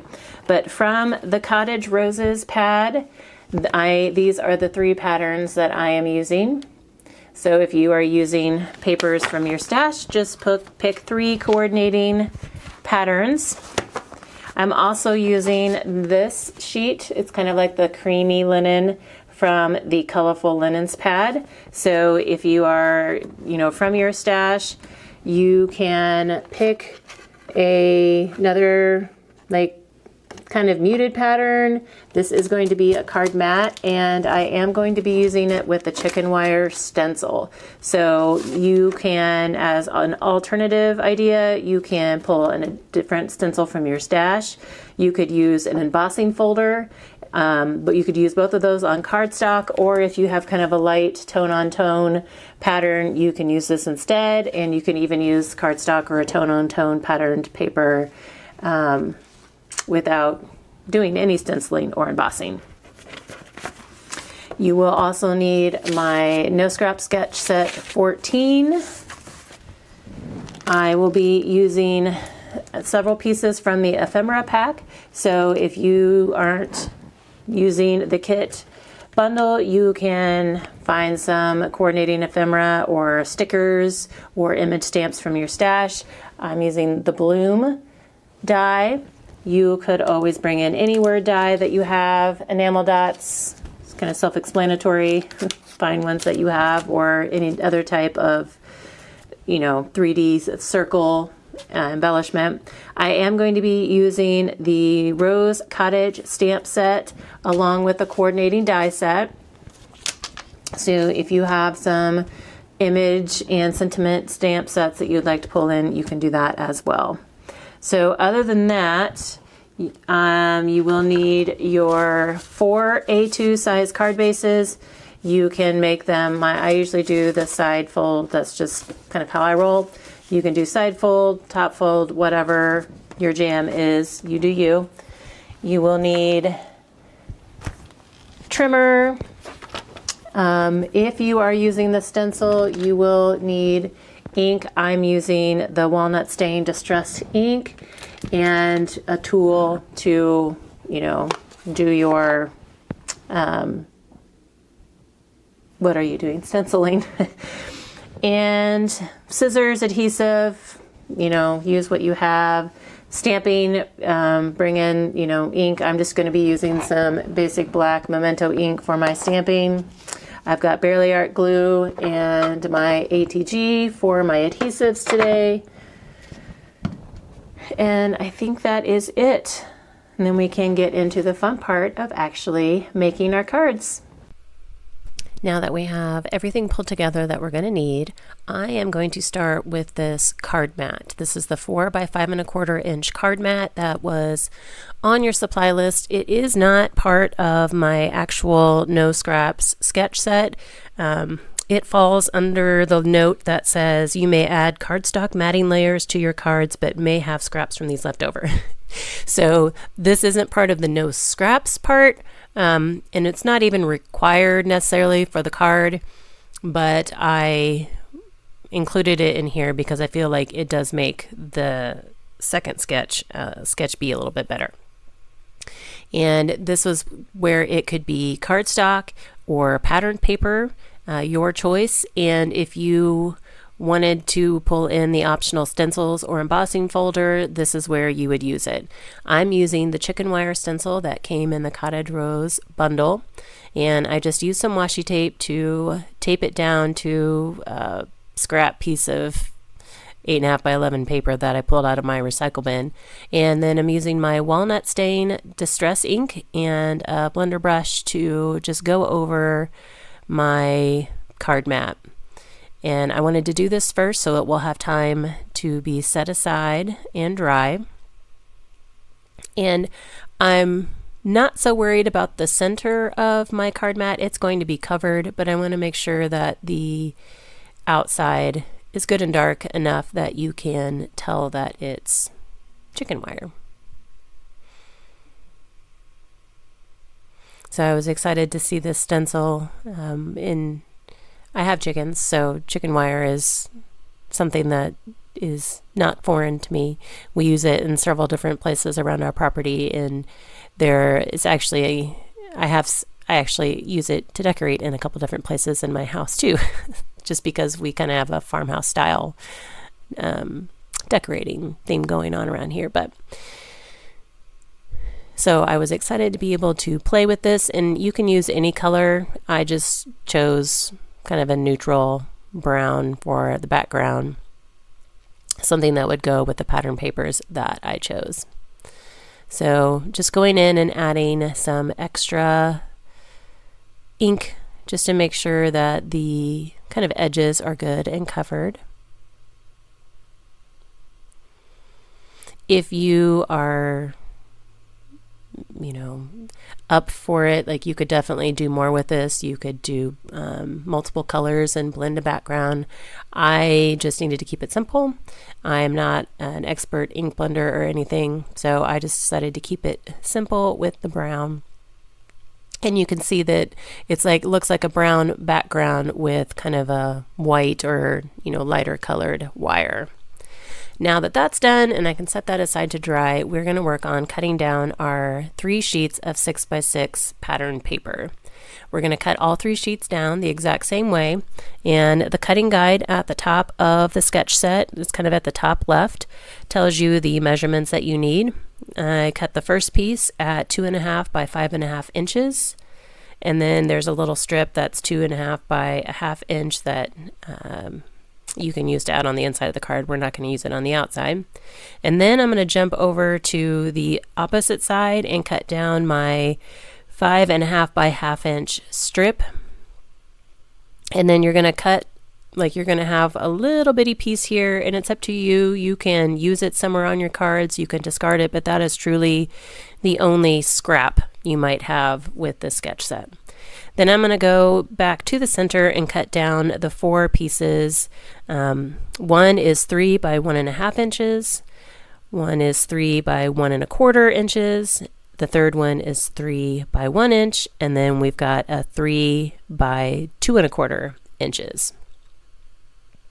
And I'm just trying to keep all my scraps or my pieces organized by size over here, and we'll add, the pieces from each pattern as I go. And so again, you're going to do the same thing on all 3 sheets of pattern paper. If you have directional pattern paper, my first one was directional, you'll want to make sure that the pattern is facing up. That is how the pieces will be oriented on the cards. And while I'm cutting down this third one, I wanted to say again, I hope you guys are enjoying the retreat so far. Jamie and Alicia were up before me, so I hope you enjoyed their projects. I know they both had some amazing and fun ones, and Letty is coming up next. And then we've got some more fun tomorrow with Lynn, Lauren, and Joy. And don't forget that you can share the projects that you've made from this weekend over on the Not Too Shabby Facebook group. We would love to see what you made from all the workshops that you watched this weekend, how your projects came out. So be sure to hop over there when you're done and share your finished projects with us. I'm finishing up my last strip of the pattern paper here, and we'll add that to my piles, and then we can come into the card assembly, which should go pretty fast from this point.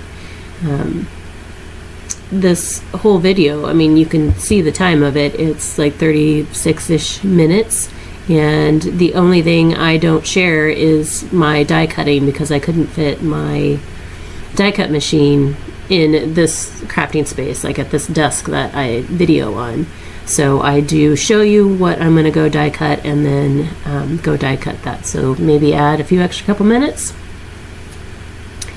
I like to lay all of my cards out first whenever I'm doing sketches like this, just to make sure that I don't end up with all of the same patterns or something like that. If I glue stuff down and then get to the last card and then I don't have a variety. So I always just kind of like to lay things out and audition them where I think they might work. And then once I do that, I can come back in and adhere everything down. So I'm just, on these particular cards, I'm just making sure that all 3 patterns are represented. Now, the Cottage Rose bundle paper is double-sided, so if you're working with double-sided paper, you can always use either side. So you have some variety, but if you're working with single-sided paper, you want to make sure that all 3 patterns get represented on each card. So this is sketch A, and I'm starting with that strip that goes along the left, and then we'll add the wider strip down. Since we are doing 3 of sketch A, I'm going to show you 3 different variations for putting those horizontal strips on your card and how to decorate. I know I show them lined up evenly on the card sketch, and it's got like the biggest one at the top, the smallest one in the middle, and then the medium one at the bottom. But like I said, I'm going to show you some different variations. So I'm going to do one just like the sketch shows. So that's this first one. I've got the widest at the top, skinniest in the middle, the medium at the bottom. And I'm going to go ahead and adhere those down. And I wanted to show you a variety just because if you didn't want every card to look exactly the same, that this is an easy way to mix it up. If you wanted, if you're working with double-sided paper, you could even alternate the horizontal strips here and show even more patterns. That is totally up to you. For the video purposes, I decided to keep it simple and just keep all 3 strips the same pattern, and then just vary the placement of those 3 strips. So this one is, they're kind of aligned on the right side there, and it looks just like sketch A. And as far as adhesive, if you can use like a tape runner, wet adhesive, that's totally up to you. That doesn't matter. You just need adhesive. So now that the base of the card is done, we can do some decorating. So on this first one, I am going to use the Bloom sentiment die that came in the bundle. So I showed you I'm using the leftover strip from my card mat that I added the ink and stencil to. So I'm using some of that scrap and just took it over to my die cutting machine and then came back, and now I'm going to place it there at the bottom of my card. And then I'm going to look for some ephemera that I can include like in the middle and at the top. So again, if you're not working with a bundle, you can use any word die. You could use a sentiment, stamp sentiment, and then just bring in whatever coordinating ephemera or stickers or embellishments that work with the papers that you're working with. I'm just using a little bit of my Barely Art glue to add the word onto that bottom strip.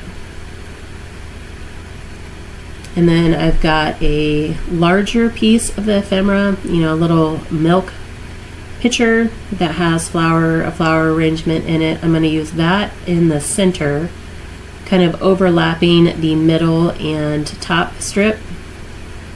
And then I've got 2 small roses that I'm going to put up in the top corner.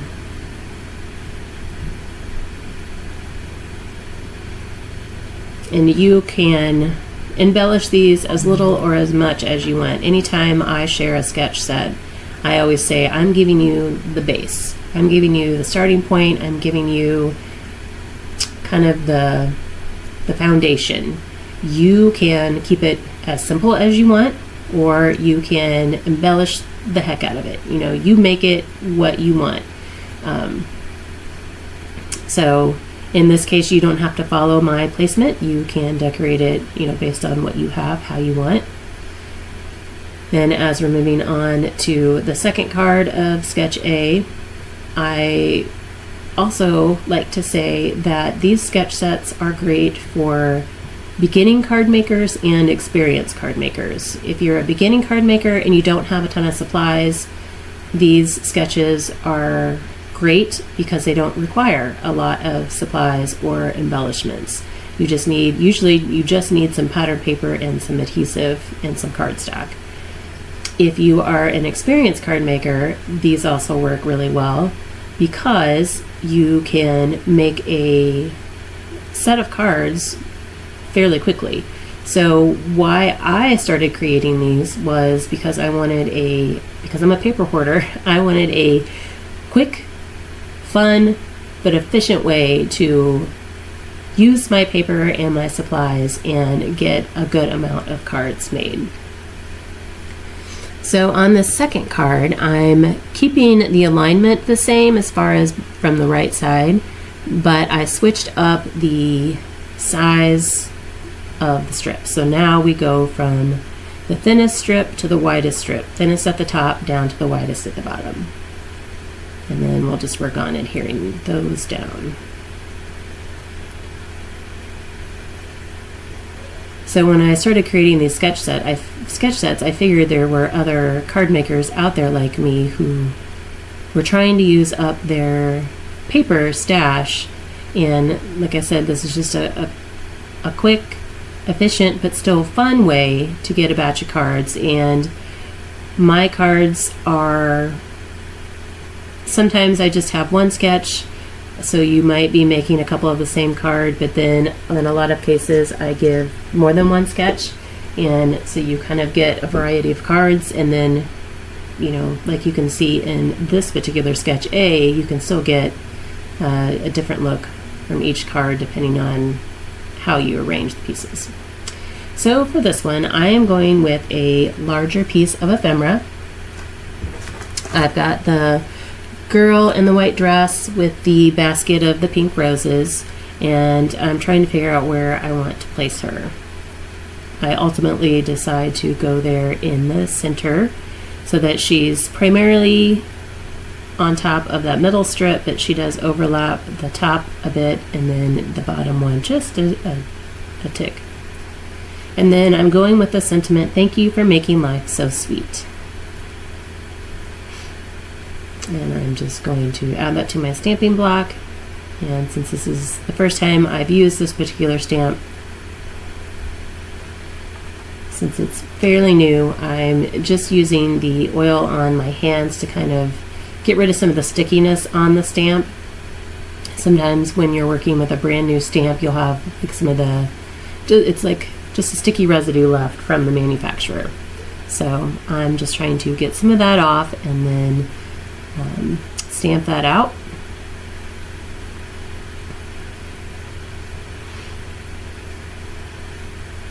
And I'm stamping it a second time because I didn't get I think I pressed too hard, and so it got a little smeary on that first one. So now I'm looking for the die that goes with the sentiment. So one of the great things about the Not Too Shabby stamp sets and coordinating dies is that you get a die for the sentiments as well.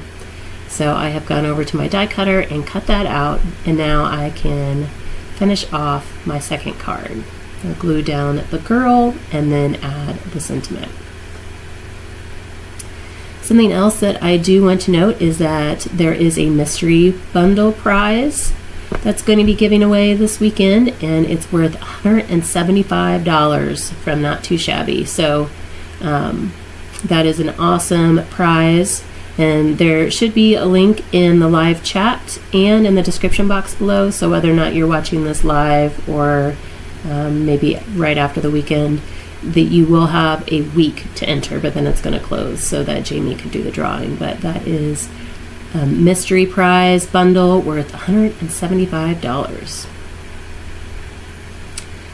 On this card, I'm also bringing in some of the enamel dots that were in the bundle, and if you don't have enamel dots, you can always use a really small circle punch to create some circle embellishments, or you can leave them off. That is totally up to you. So for the third version of Sketch A, we are assembling the same on the two vertical strips, but then we're going to mix up the horizontal strips a bit.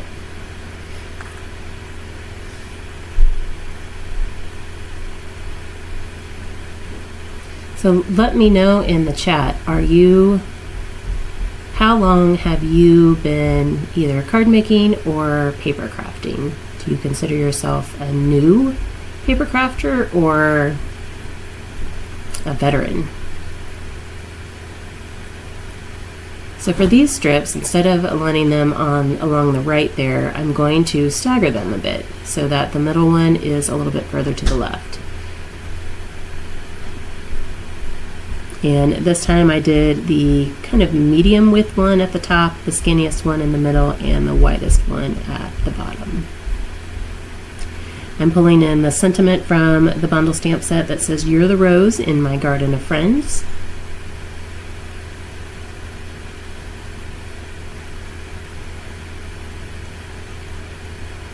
And I'm just using basic black ink because I tend to be basic that way. I like to use kind of like neutral colors for most of my sentiments. Every once in a while I pull in a color, but that, you can definitely bring in colored ink for your sentiments if you'd like. So I wanted to get that stamped just so that it could dry a bit, and then we'll get these strips adhered down, and then I can figure out what type of embellishment I want to add. The ephemera pack that came with the bundle has a great variety of images and sizes of images so that you can decorate your cards with ease, really. So if you are using your own ephemera, you can definitely change up the design and orientation in your card. So that's another question I have for you. Did you purchase the bundle? Like, are you crafting with the bundle today, or are you using your own, like, just supplies from your stash? Kind of done it both ways in the past when I've, the few workshops that I've done. It just kind of depends on, how well I liked the bundle. But this bundle, I think, is truly gorgeous. I really love it. I went with one of the standing girls in the skirts. I kind of went with one of the taller ones. I wanted it to cover a good amount of space on my card. So I found the die that goes with my sentiment and ran over and cut that real quick.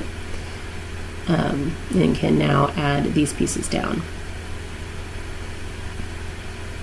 The bundle just kind of, it's very cottagecore to me. Just kind of peaceful, relaxing, quaint. Kind of like a little English garden kind of feel.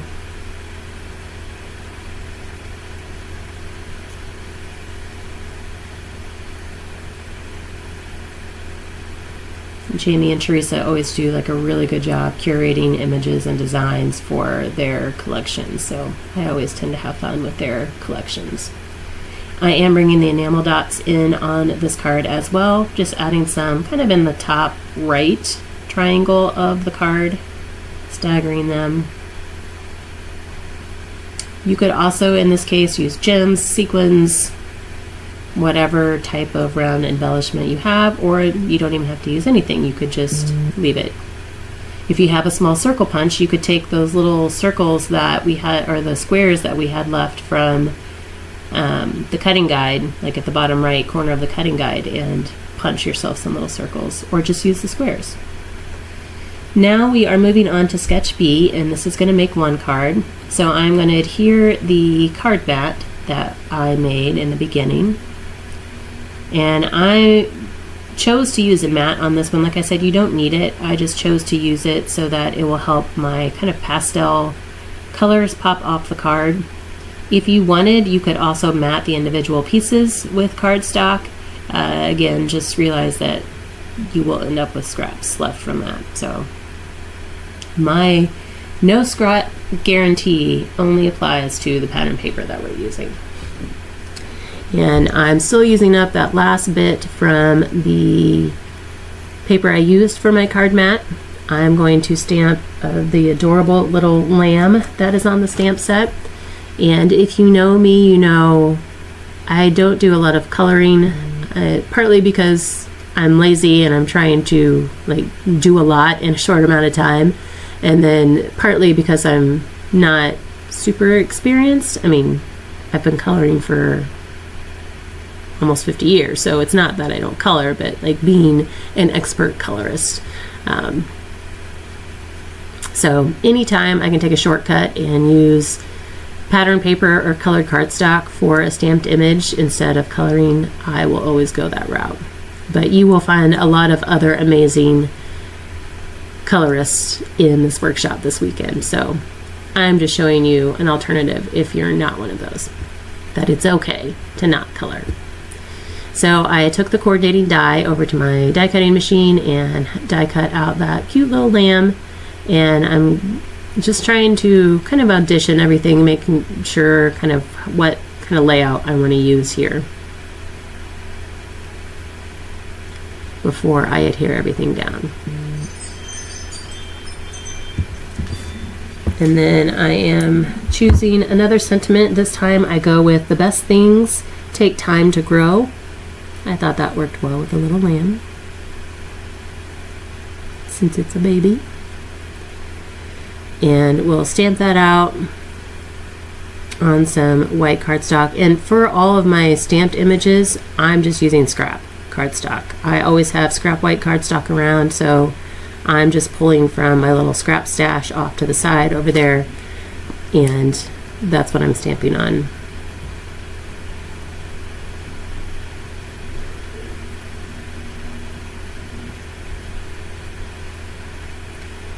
Get that stamped down, and then kind of set that aside for a sec. Find the die so that I can go get that cut.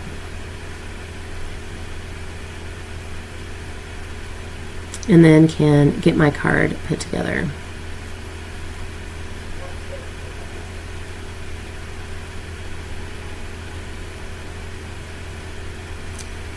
Also, I wanted to mention that during the retreat this weekend, you can save 15% with Not Too Shabby. I know Jamie will have any of the bundle extras that she has available for sale this weekend, and then if there are any kits left, she will have those for sale, so you can use the extra 15% code off of that. I will put that up on the screen here, but it is CR15 is the coupon code.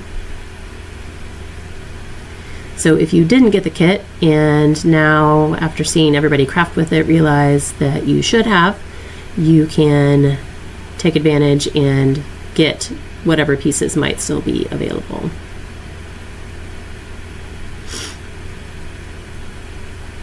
So I'm just trying to make sure that that horizontal piece goes kind of in the center of the two vertical pieces, and then I can add my lamb and my sentiment down.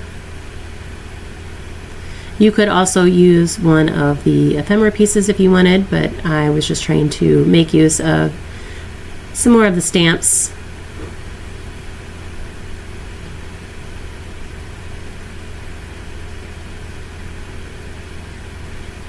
And then can add my sentiment.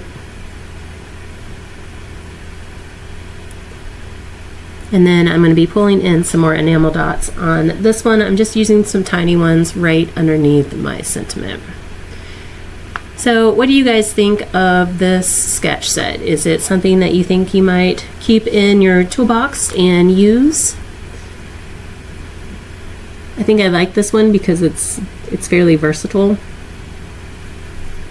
And even though my sketch sets sometimes say 6x6, you can always use 12x12 and just, you know, cut down to 6x6 pieces and go from there. You could also, if you aren't an A2 size card maker, if you are more of a 5x7, you can easily adapt these for that as well. Just add additional matting pieces. So on the cutting guide, there were like 3 little strips. So one strip from each piece of the pattern paper that we cut. There was a little strip at the bottom left. So I'm pulling those in, and then whatever was left of my linen paper that I used for my card mat, I'm going to use that up as well, so that truly I have very minimal scraps. The only scraps I think I have are the little squares. I opted not to use those, but you could definitely add those in on the front of the card or as something on the inside. I like to add any scraps that I have left on the insides, just one to kind of bring the outside in to pull it all together, and two is just kind of a nice surprise. It's fun to open up the card and find a little bit of color or pattern in there instead of maybe just a sentiment and some handwriting. So I always like to add a little bit of something on the inside, and it's a great way to use up any scraps that you might have left. So for most of these, I am just cutting an angle in the strip onto the right side of the strip. Just because they are thinner, you could do a fishtail if you wanted, or you could just leave it straight. You could put them at the bottom of the card, you could put them in the top right corner. It is totally up to you on the placement.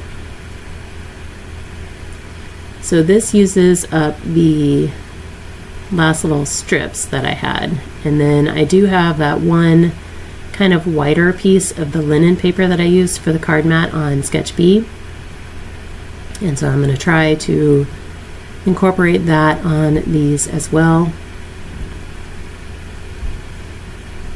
And then I'm going to make use of what's left of the leftovers from my bloom die cut.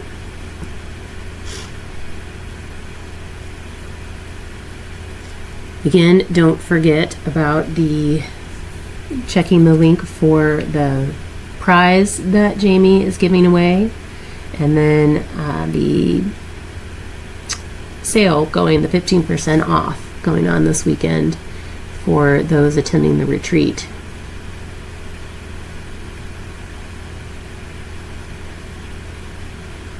I can't wait to work through everybody's projects.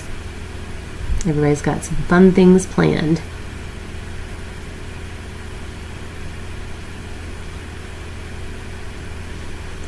So I kind of worked hard there on my trimmer to try and cut that one wider strip in half, and I'm gonna cut an angle in that piece as well, and then on the 3 cards that I added the horizontal strip at the bottom, I'm going to go in and add this extra little bit on the inside as well.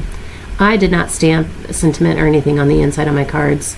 To me, these are kind of more like note cards, and so I've got sentiments on the front. I would just add my message on the inside. Depending on the sentiments you used on the outside, you can definitely stamp a sentiment on the inside as well. And this one, I decide I'm going to add it to the top right. So I'm going rogue, I'm going off my own sketch. I know, but that's just kind of just trying to show you that you can adapt these to what you need them to be. So you can see I've got the little angle pieces left over that I cut off, and then those squares, and that is literally all I have left from the 4 sheets of pattern paper that I used, really. So I will move those out of the way and give you a glimpse of, kind of a better glimpse of the 4 cards that I made with you using sketch A and B from sketch set 14. And then I also did another set off camera just to kind of show you a little bit different variety. I used different patterns, different embellishments. So hope you guys enjoyed. Thanks for watching my retreat, and I hope you enjoy all of the rest of the workshops and have fun creating. Happy crafting!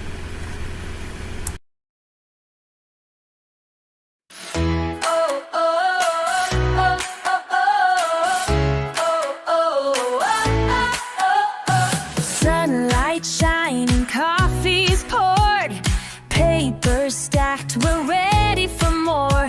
From coast to coast, near and far, we're crafting together wherever we are. Scissors snip and glitter flies, stamps are inked and colors collide. Cottage rose, let's craft away, laughing, creating all through the day. Cut it, fold it, layer with style, handmade magic, share a smile.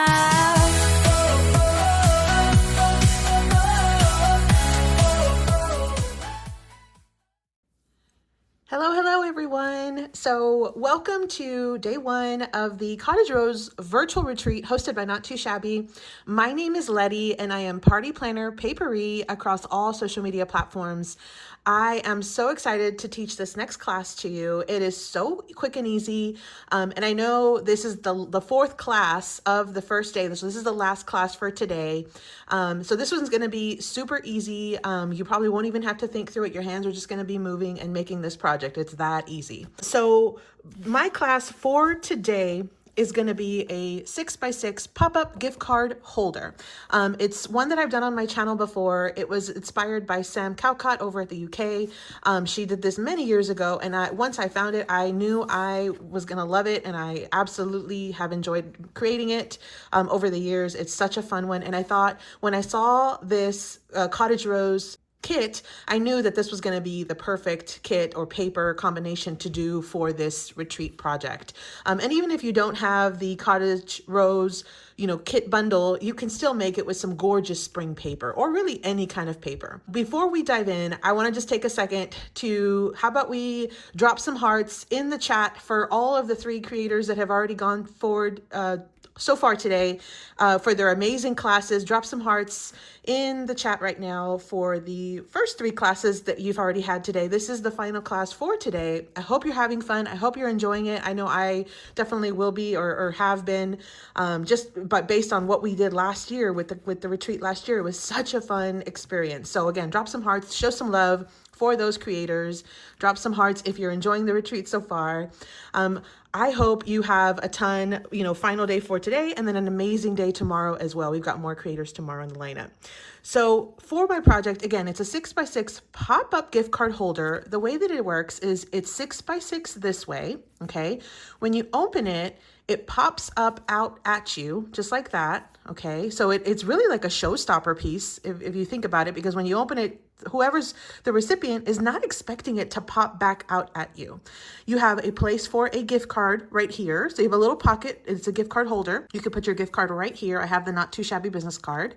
And I did use vellum for this part, which you do not have to do, but I'll show you how you can just go ahead and cut the vellum if you want to do that, or you can cut paper down for the same project. Either way.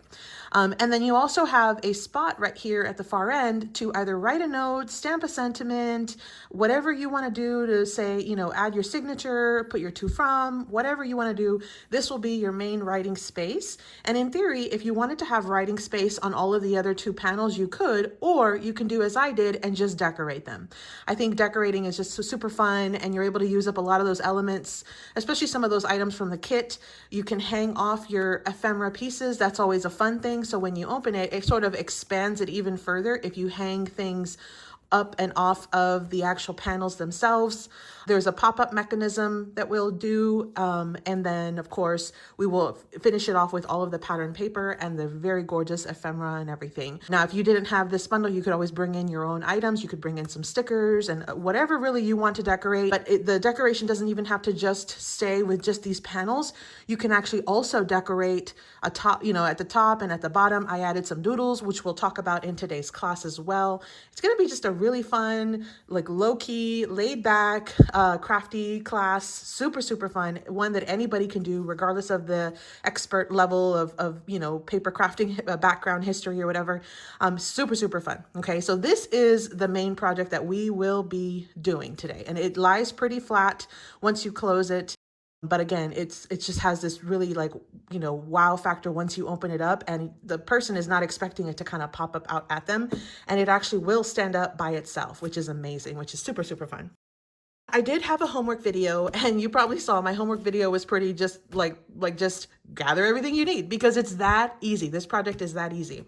As far as your supplies, what we'll be needing for today's class, you're going to need 4 to 5 sheets of 6x6 pattern paper. I did already pull out 5 sheets of the 6x6 pattern paper that came in the kit. I pulled out 3 sheets from the Cottage Roses paper pad. So this was the main paper pad that came in the kit. And even if you ordered it after the early bird special, you still would have received this one as your main kit. So these are the 3 pattern papers that I did pull out. You notice one of them, I have it turned upside down because I want to be using this plaid print. I think this one's gorgeous too, but I really like the look of this plaid, and in combination with kind of break up a lot of the busy pattern from the other 2. And then I really like the polka dots too on this one. So these are the 3 from the pattern papers that I'll be using. And these I'll be using to decorate the front cover, okay, which I think I'll be using this one for my front cover. Okay, so I'll set that one aside. On the inside, we have these pop-up panels, and I went ahead and took out these 2 sheets to finish decorating those pop-up panels. So these are the 2 sheets I'm going to use to do my decorations on these right here. Okay, you just need up to two sheets for this, because you can get all 4 of these panels from 2 sheets. Okay, we'll cut it like that. Now, as far as these background mats, I did go ahead and pull in 2 of the sheets from the coordinating paper pad, which is called Colorful Linens. These are super fun because you're able to have the same color palette, but have a very muted sort of tone or muted pattern, very much like a solid. Okay, even though it has a little light print, this would still be sort of like your solid. And so that's what I did. I pulled in 2, and I think it's like maybe this one right here, but I pulled in 2 from the actual paper, the coordinating pad as well. Okay. Now, again, if you didn't have that, no problem. Just pull in what you have. You'll need, again, 2 sort of more solid kind of looking pieces, or you could have pattern paper, either way, for the inside. And then you'll also need 2 sheets to cut up and put on these panels, and then 1 sheet for the front. Now, on my sheet, I also do give you an optional option here, right here, for your pattern paper. If you want to bring in 1 more 5 3/4 by, like 1 more sheet for your back mat, that's the one that'll go back here. So if you do want to have 1 for the front and then 1 for the back, you can absolutely bring in an additional sheet. And at that point, it'll take you to maybe 4 to 6 sheets, but you can absolutely do so, and you'll have an additional sheet for that back. Okay, that's optional. I'm not going to do it for today, but you absolutely can do that. And when you were cutting down our cover mat and our inside mats, I'll remind you that, hey, this is the time. If you want to do a back cover, take out 1 more sheet and then cut it to the same dimension. Okay, we'll talk about that in a second though. So 5 sheets of pattern paper, and then the next thing you'll need is 1 sheet of 12 by 12 cardstock. So I am using craft colored cardstock today. I felt like this went really well with the pattern papers, and because of just the overall, like the cottage roses themed, I thought that the craft looked gorgeous. However, if you don't want to use craft, you do not have to. Here's an example where I actually used sort of a minty color cardstock, and it still looks gorgeous. It still looks pretty. I love the pop of the mint on this. It'll pop out here. You can kind of see the difference. I'll put both of them in screen. When you have your either craft or, you know, an actual colored cardstock, you could do white, you could do black, you could do whatever colors you want. Okay, so the idea is the same. It's just you get to choose whatever color you want as your sort of outside border, and I'm choosing to go with craft. So this is 12 by 12. Now, you will also need a white or light colored cardstock scrap that's approximately 2 inches by 3 inches. So I did bring in a cardstock scrap. Mine's a little bit larger, and the reason for that is because I actually want to do a full panel on my inside pop-up mat, just like I did here. So I needed one that was gonna be a little bit wider, okay? And so if you do want it to be around this same size, then you're gonna wanna match to your inside mats, which are about 2 5/8 wide by 3 3/4 high. So if you get one that's a little smaller than 3 by 4, you'll be perfect. You'll be able to cut it down to the exact dimensions that you need, and you'll be able to fit it right here. So I just brought out a whole scrap so I could adjust it as we go. Now, this next piece is optional, and I don't even have it on the list because it's very, very optional. It's totally up to you. I brought in a piece of vellum, and the reason I did so was for my pocket, for the gift card holder. So I love the look of the vellum with this collection. I think it just gives it a very dainty touch to it. So gorgeous. And so I went ahead and brought in just a piece of vellum. We're just gonna need to create a pocket. And I do have the pocket dimensions on here. So pocket size is approximately 2 3/4 by 1 1/2 high. And again, I put on here optional, try vellum instead of paper. If you wanted to try the vellum, now is a great time to do it. If you have a scrap, notice mine's a scrap. I had it torn from a previous project. I will cut this one down and we'll make a pocket. I'll have some left over that I'll throw back into my stash. But those are the actual paper items that you'll need for this project. So again, 5 sheets of 6 by 6 pattern paper. Can be double-sided, doesn't have to be, but if it's double-sided, of course you get 2 options, right? So we've got our cover, our 2 insides, and then the ones for the panels. We have a 12 by 12 sheet of cardstock, and your weight for this needs to be at least 65. It can't be paperweight. It needs to be 65, 80 pounds, something a little bit sturdier, because that's going to be your actual card base and the mechanism for your pop-up. You're going to need a white scrap, and you're going to need if you want to do the vellum pocket, do a vellum scrap. If not, we'll be able to pull a scrap from this paper to do our pocket. Okay, so the actual paper pocket is included in our estimate of the 4 to 5 sheets. Okay, So those are the main paper supplies that you will be using. Aside from that, we'll definitely bring in some decor elements, ephemera, stamped images, stickers, enamel dots, whatever. The sky's the limit. You can bring in thread or twine or ribbon, pretty much whatever you want to bring in. We will be needing a scoreboard and a bone folder. We'll be needing a paper trimmer. I'm going to be using 2 paper trimmers. I'm going to use a large one to cut my 12 by 12, and then I will be using a small one to cut my 6 by 6. You do not have to use multiple.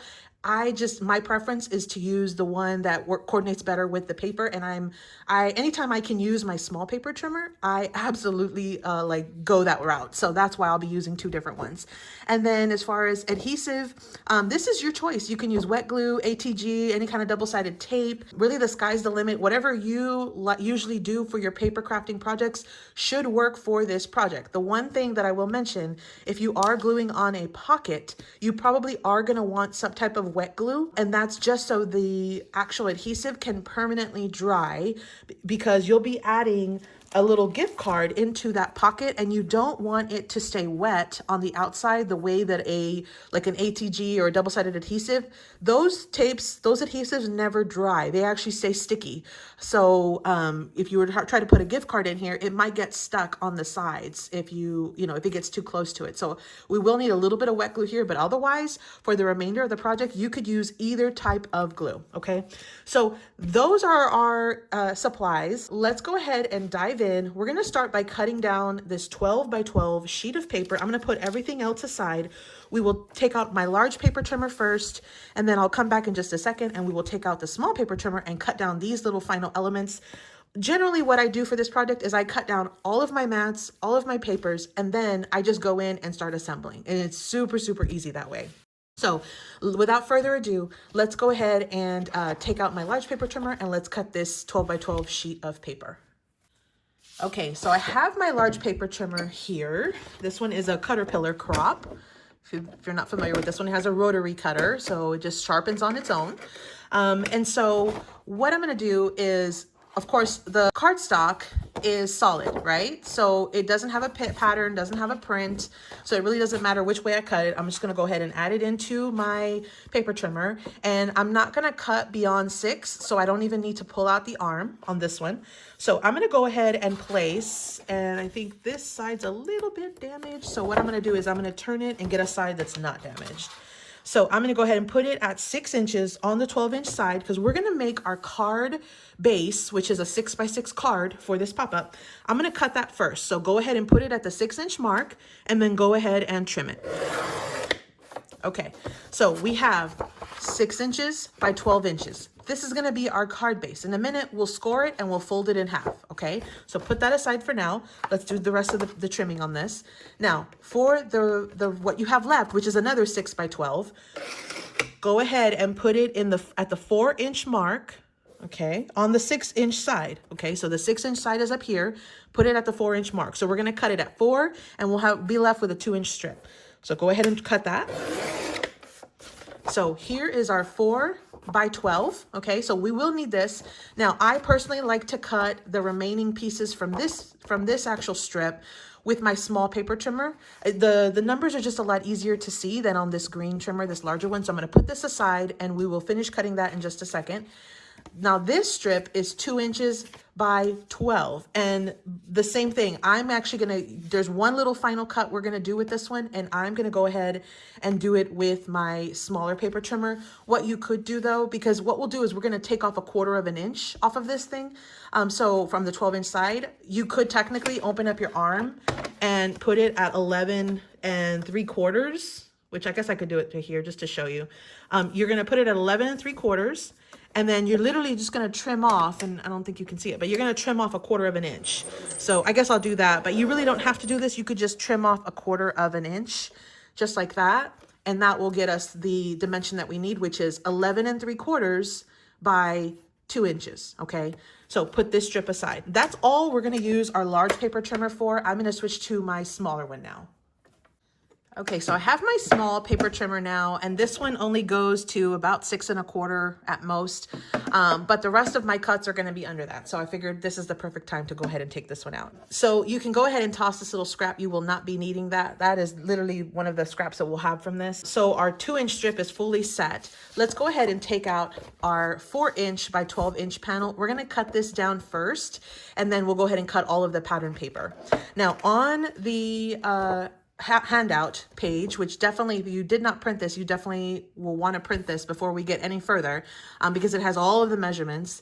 But what I do is I have the cut instructions for the cardstock. So we took a 12 by 12 sheet of paper, and we cut it down to 6 by 12, 4 by 12, and 2 by 12.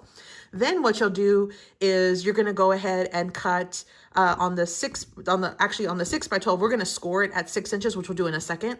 On the 4-inch piece, you're going to cut this down to 4 smaller panels. And so I give you the dimensions right here. You're going to need 2 of the panels that are 2 3/4 by 4 and 2 7/8 by 4 inches. Okay, so you will have a small little scrap again, but we're going to cut 2 different panels from that strip. And then as far as the 2 by 12, we've already taken off the 1/4 of an inch, which we've cut it down to 11 3/4 by 2 inches. So that one's actually already done. So we're going to cut the 4-inch piece of cardstock right now, and then that will be all for the cardstock. We'll come back and we'll score that card in half. But otherwise, then we'll switch to the pattern paper, which here are the dimensions for that right here. Okay, so let's go ahead and tackle this 4-inch by 12-inch piece of paper. You're going to go ahead and put it on the 12-inch side. Okay, so this is the 12-inch side, and we're going to go ahead and cut it down to the 2 mats that we need. So this side is already 4 inches, which is the height of our mats. So we're going to cut 2 of them at 2 3/4. So I'm going to go ahead and put it at 2 3/4. And cut. So it's 2 3/4 by 4. We've got 1. We're going to cut 1 more at the same exact measurement. So 2 3/4. So 2. So we've got 2 of them now. Again, 2 3/4 by 4. These are going to be our smaller mats. So these are the ones that are going to go on the inside of our pop-up mechanism here. So they'll be these 2 right here. Okay. So just as a heads up for that. So these are the inside ones. And in fact, if you want, you could technically mark them. So these are going to be, these are small and small. Okay. So just so I know that these are the inside ones, because the way that it'll work, and I have a little diagram on my paper here, it's large, small, small, large. Okay. So as we go and we finish cutting, that'll make it a little bit easier. So those are the small. Now for the larger ones, which are the 2 outside ones, we're going to go ahead and cut them down to 2 7/8. So go all the way almost to your 3-inch mark, take it 1/8 less, and it'll be 2 7/8 by 4. And we're going to do 1 more. So 2 7/8. Okay. Is the final one, and here is our scrap. And again, this is another scrap we will not be using. You could use it to, I guess, prop up something, make it with some dimension, but I'm going to just toss it aside for now. I've got my 2 larger mats. I'm going to go ahead and write 2 L's on these, because I know these are the ones that I will be using for my outside pattern. So you'll have basically 2 for the outside, which are large. Okay, these are the larger ones. These are the 2 7/8. And then you'll have 2 for the inside, and these are our small. So those are the 4 mats that you'll have for your cardstock, okay? So let's go ahead and put these up, okay? Now, let's go ahead and cut our pattern paper, okay? So I have my 5 sheets of pattern paper here. What I'm gonna start with is, and I have all the dimensions right here. What I'm gonna start with is my cover and my 2 insides, which these are gonna be the larger ones. They're gonna be 5 3/4 by 5 3/4. So I'm gonna take out my cover piece and my 2 inside large mats. I'm gonna put my little small panel pieces to the side for right now, because those are totally different cuts. We're gonna cut these down, all 3 of these first, okay? And again, this is gonna be the front cover large, and then the 2 inside larger mats, okay? Not these panels. These are the outside ones. So let's go ahead and cut these down. So what we're going to do is we're going to cut this down to 5 3/4 by 5 3/4. So I'm just going to go ahead and put it on the 5 3/4 mark. Cut off 1 from one side, rotate it, and do a 5 3/4 on the second side. And that's it. So we've got 5 3/4 by 5 3/4. This is my cover. Then I'm gonna do the exact same thing with the other two inside mats. So 5 3/4. And if yours has a pattern and you want to make sure you're cutting it correctly, it actually does not matter at this step because we're gonna take 5 3/4 off of both sides, okay? Let me do the final one. So 5 3/4, we'll cut, and then rotate it and cut it at 5 3/4. So we're just cutting it down to a 5 3/4 square from a 6-inch square. That's it, 5 3/4 by 5 3/4. Okay, so we've got our 3 panels here, our cover and our 2 inside. These are the larger mats. These are going on the inside. I'm gonna put these aside. These are already ready now. Now for our inside panels, okay? So that's these panels right here that pop up, okay? We already cut the cardstock, which you see is on the outside. Now we're gonna cut the inside mats that go on the inside of it. Now, here's where you have the option. If you only wanna do 3 of these panels, 2 inside, like 2 small and 1 large, you could do the second large panel, because remember, it's large, small, small, large. You could do this second panel here in full white cardstock, just like I did, and you actually can save a little bit of your pattern paper for other projects, hint, hint. Or if you want to put a mat and then use a smaller white panel just to kind of add some additional embellishment, you absolutely can do that as well, okay? So what I'm gonna do is I think I'm gonna cut up a full white panel on this one, but again, if you wanted to do 4 panels and then do a smaller white cardstock mat right here in the center, then you're gonna need 2 of your large measurements and 2 of the small one. If you want to do a white mat, then you only need 1 large and 2 small, okay? And then of course your white large mat, which will be the same as this one over here in the corner, okay? So let's go ahead and cut it down. So as far as how I want these patterns to go, this is something that you'll want to think about. Like the way that I did this one was I did a polka dot, I did a pattern, like one that had an actual pattern, another polka dot, okay? And so then I would have probably done a busy pattern on this one. I like to rotate it. If you want to do all the same, then you'll need 2 sheets of the exact same paper and you can cut it down and get all 4 panels from 2 sheets. If you want to mix and match, if you want all 4 to be different, if you want to do 2 polka dot, 2 pattern, it's whatever you want to do, but just keep that in mind before you cut, because once you cut them, you might not be able to like fix it, you know what I mean? Because you would have already cut your paper. So that's just something to keep in mind. So here's one example where I did a mismatch pattern. And then let me show you, I have another one here. And on this one, I did 2 of the same pattern and then 1 of a different one. Okay, so that's another option you could do there, okay? So you got lots of options on this. You can choose however you want to do this. You are the boss, of course. You get to pick how you want to craft and what papers you want. So take your liberties at this point, but just kind of think about that. So that's just something to think about as you're going through. So I think what I want to do is I definitely want to do the white pattern paper. I think I'm going to do, because this is the pocket that's going to have a gift card holder. And so the gift card's probably going to go to about right there. You're really not going to see a ton of the pattern here. So I think what I'm going to do is I'm going to do this polka dot for my first panel. I'm going to do the pattern paper for my second panel here, which is a small. The first one was a large. And then I'm going to do this plaid over here for my third panel, which is another small. Okay. Again, large, small, small, large. So I think that's my plan. You can go ahead and figure out how you're going to do yours, and then I'm going to do the white paper for the last one. But if you want to do an additional pattern paper, just keep that in mind so you know exactly, kind of plan out how you're going to do it. And if you don't care, then just cut all your paper down and you are good to go. So what we're going to do is I'm going to go ahead and cut down my pattern paper for the first mat, okay? Now, remember, we have large, small, small, large, and I want this one to be both a large and a small, okay? So what I'm gonna do is I wanna make sure that I have my pattern the right way. I'm gonna turn it, rotate it, okay, with my top to the right-hand side, or it could be to the left, either way. And what I'm gonna do is I'm gonna go ahead and cut a larger mat, which is 3 3/4 this way, okay? So high, 3 3/4. We're gonna go ahead and cut that first, okay? So I've got 3 3/4 by 6. Okay. So that is going to give me, and this is going to be a scrap. You can put it aside. You could technically use it for like your pocket if you wanted to. That's one way to utilize that scrap. So what I'm going to do is I'm going to go ahead and get 2 mats out of this one pattern paper, but I went ahead and cut it to the larger dimension because I could always cut down for the smaller one. But once I cut the smaller one, I can't like go back. Right. So I have my polka dot mat. That's going to be the large one. let's go ahead and cut that down now. So put it on the 6-inch side, and we're going to cut it down to 2 5/8. So 2 5/8. It's the 1/8 mark right after the halfway point. So that's going to be my larger mat. Okay. So what I'm going to do, just to make it easy on myself, I'm going to lay out my mats that I had, and I'm going to go ahead and add my pattern paper to them just so I know which ones go with which. And see, this is what it'll look like once you glue it down. Okay. Now for the next mat, the small, I know I still want to use this pattern paper, but I want to use this side. So the height is still 3 3/4.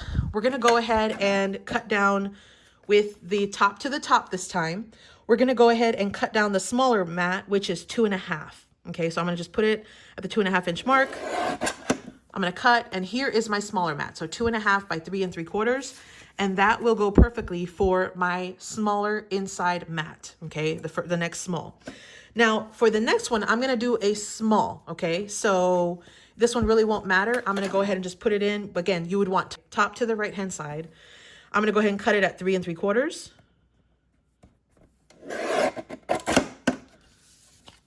Put our scrap aside. And then what I'm going to do is on the 6-inch side, I'm going to go ahead and cut it to the small size mat, which is also 2 1/2. There you go. So we've got 2 1/2 by 3 3/4.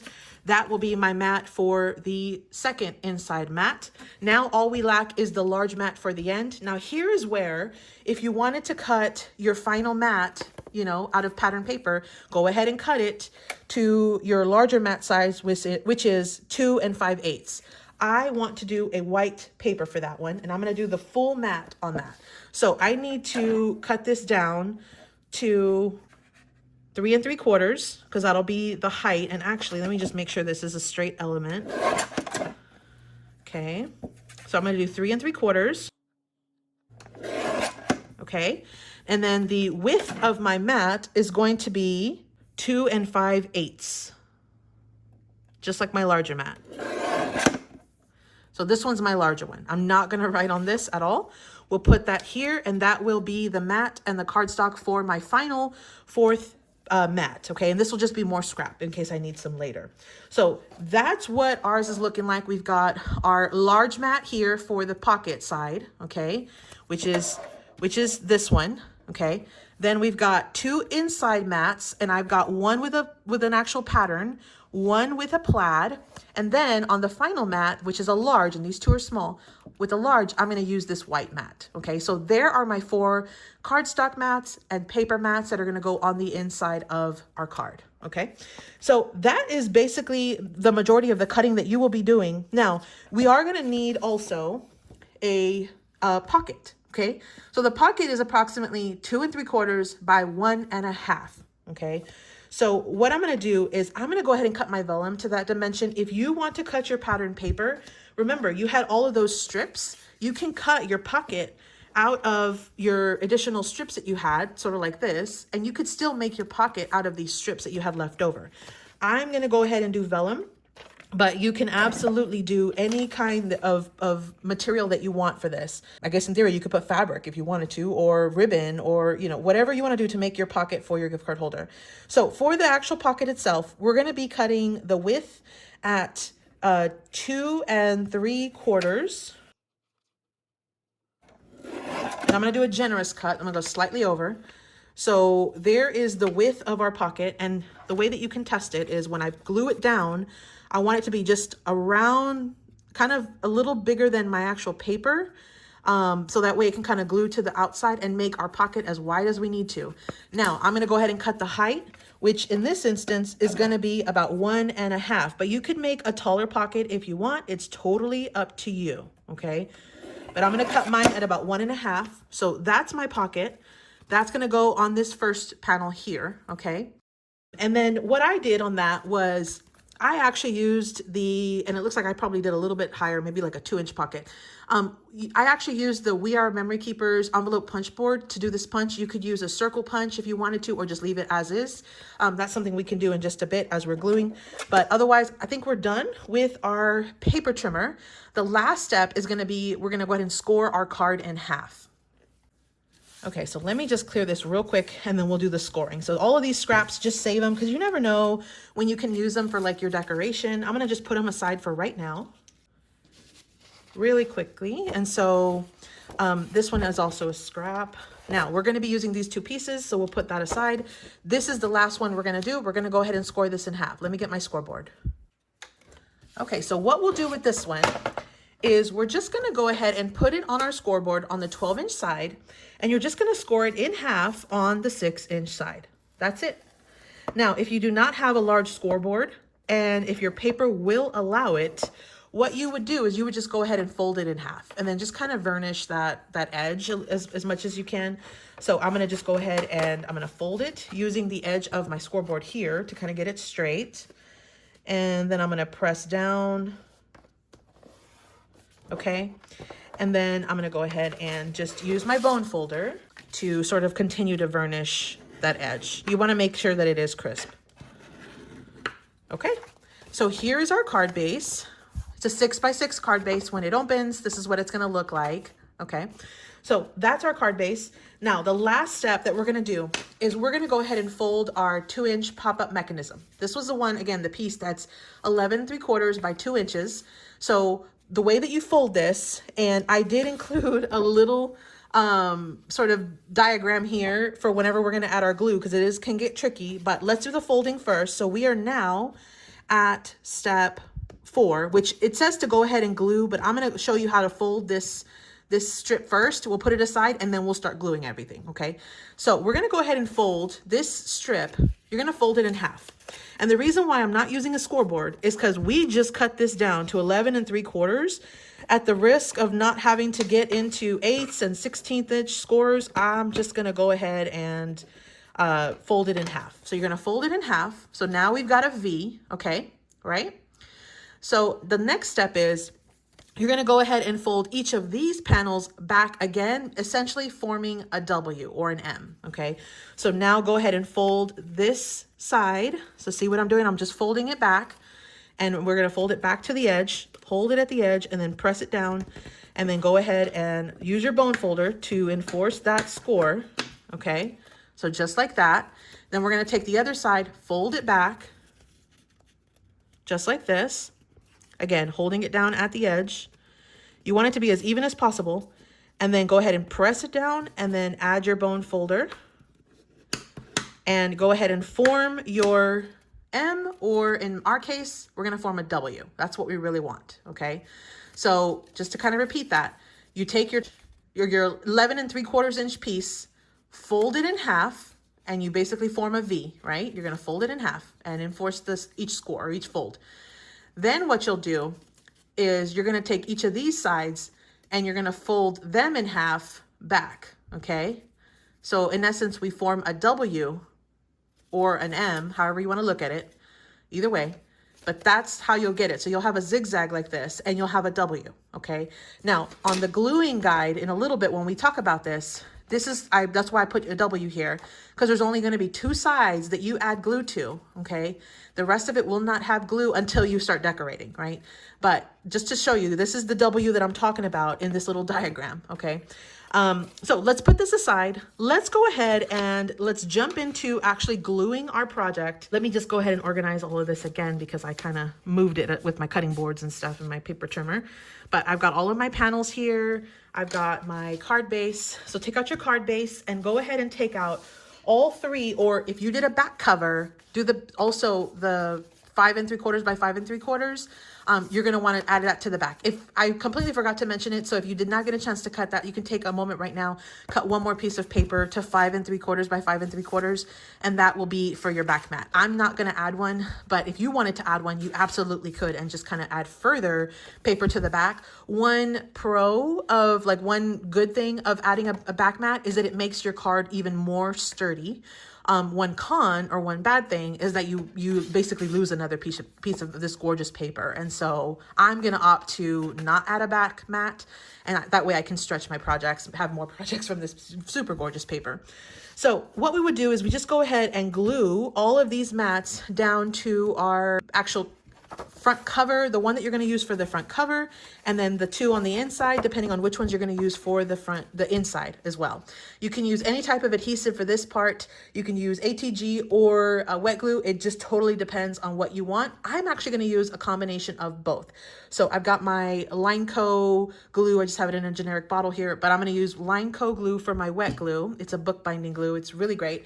And then I am going to use my ATG. Let me get that. Okay, so let's go ahead and start with our cover. So I'm just gonna go ahead and glue our cover down. I'm gonna go ahead and add some ATG first, and this is just so I get an overall well stick. You do not have to use double glue on this. I am just choosing to do so. And the reason why I choose to do so is I definitely want my corners to stick really well. And so I'm gonna add a little bit of wet glue, especially on my corners. So I'm gonna just go ahead and take my wet glue out.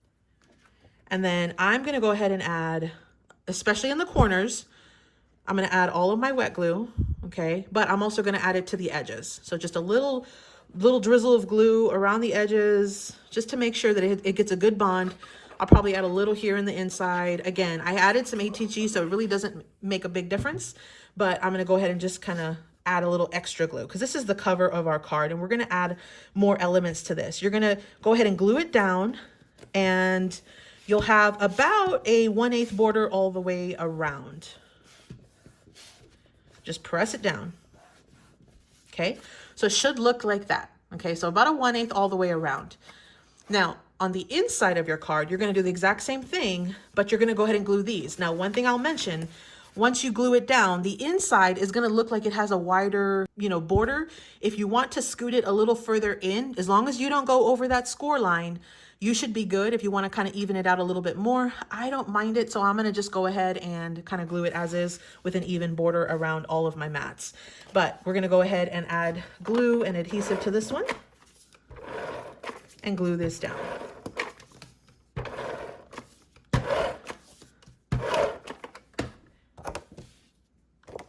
So drop a comment, and actually I'm going to add some white glue.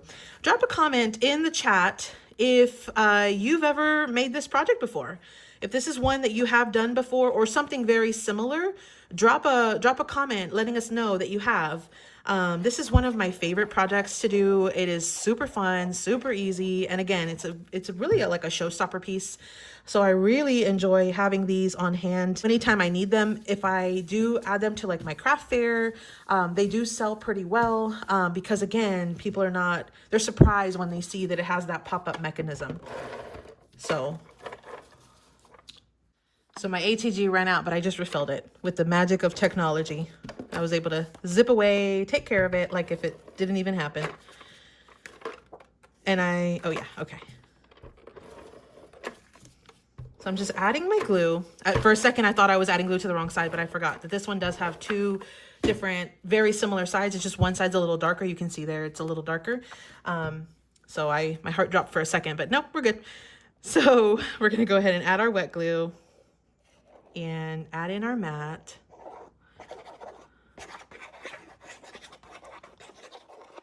So we've got one more day for this retreat. Tomorrow, we have 3 more instructors that will be teaching classes. So I cannot wait for the additional classes. This has been so fun. Such a fun way to spend our weekend, right? Just crafting with friends, using great supplies, making great projects. Okay, so that is what the inside of my card looks like now. So we've got our cover, we've got our outside, and then again, if you did bring in one extra mat, 5 3/4 by 5 3/4, now is the time you can go ahead and add it to the outside of your card as well, just before we forget, okay? So that is the actual card itself, okay? Now, the next thing we're gonna need to do is we need to glue our pop-up mechanism, okay? Now, this is where it gets a little tricky, okay? So that's why I drew the little diagram for you guys. So we're gonna go ahead and glue that in, okay? And we'll come back and we'll do all of our final decorations at the very end, but we're gonna go ahead and focus on the inside now. So we have our W, okay? So get that 2 inch by 11 3/4 strip that we kind of folded into a W, okay? And again, real quick, it needs to be folded in half and then fold back each of the 2 panels to form a W or an M, either way you wanna look at it, okay? Now we have our inside here, and the way that I normally apply this is I go about 1 inch down, okay? And that's where I'm gonna go ahead and glue, okay? The reason why I do that is because my mats are 4 inches tall, okay? So if I go about 1 inch down from here, I can glue my mat and then I'll have about 1 inch at the bottom, okay? So I try to keep it where my pop-up panel is pretty even between the two sides, okay? So that's the rationale for going 1 inch down, okay? Now, if you don't want, like if you want to put it at the very top and have things hanging even further down, you can absolutely do that. But I just wanted to mention when I mentioned that we're going to go 1 inch down, that is my rationale for doing so. So when I add my mats, I know I have about 1 inch on top of it and about 1 inch on the bottom of it, okay?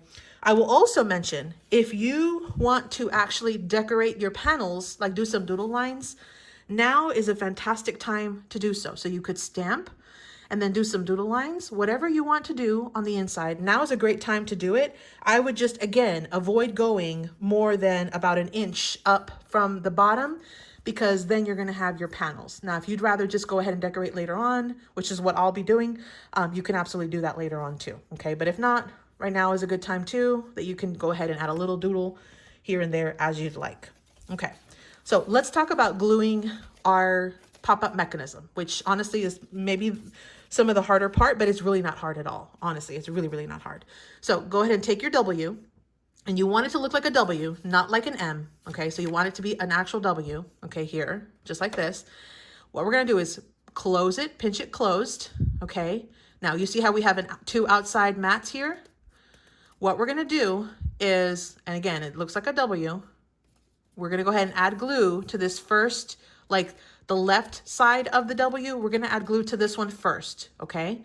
And then the point, when we glue this down, the point needs to be pointing up at us, okay? So when I glue this down, I wanna do it with the point, you see that? Pointing towards me, so the W is gonna be facing this way, okay? And we're gonna go ahead and add glue here. So let me go ahead and add some wet glue, and I am gonna just use wet glue for this one. So it gives me a little bit of wiggle room whenever I lay this down, okay? I'm not gonna go all the way to the exact edge, but I'm gonna try to go as close as I can without kind of encroaching upon that edge there. But we're gonna add it all the way to that panel, okay? So again, this is our W, and on the diagram, you're adding glue to the far left-hand outside panel, which is what we just did. See that? That's the glue side. Now, you're gonna go ahead and take your card, and about 1 inch down, go ahead and place the closed stack, again, with the point pointing to the left. Go ahead and put the closed stack about 1 inch down from the top, okay? And just press down. And I usually like to kind of go just right outside that paper. I definitely don't go inside the paper, I go right outside the paper, okay? So that's how we do it. We're gonna press this down.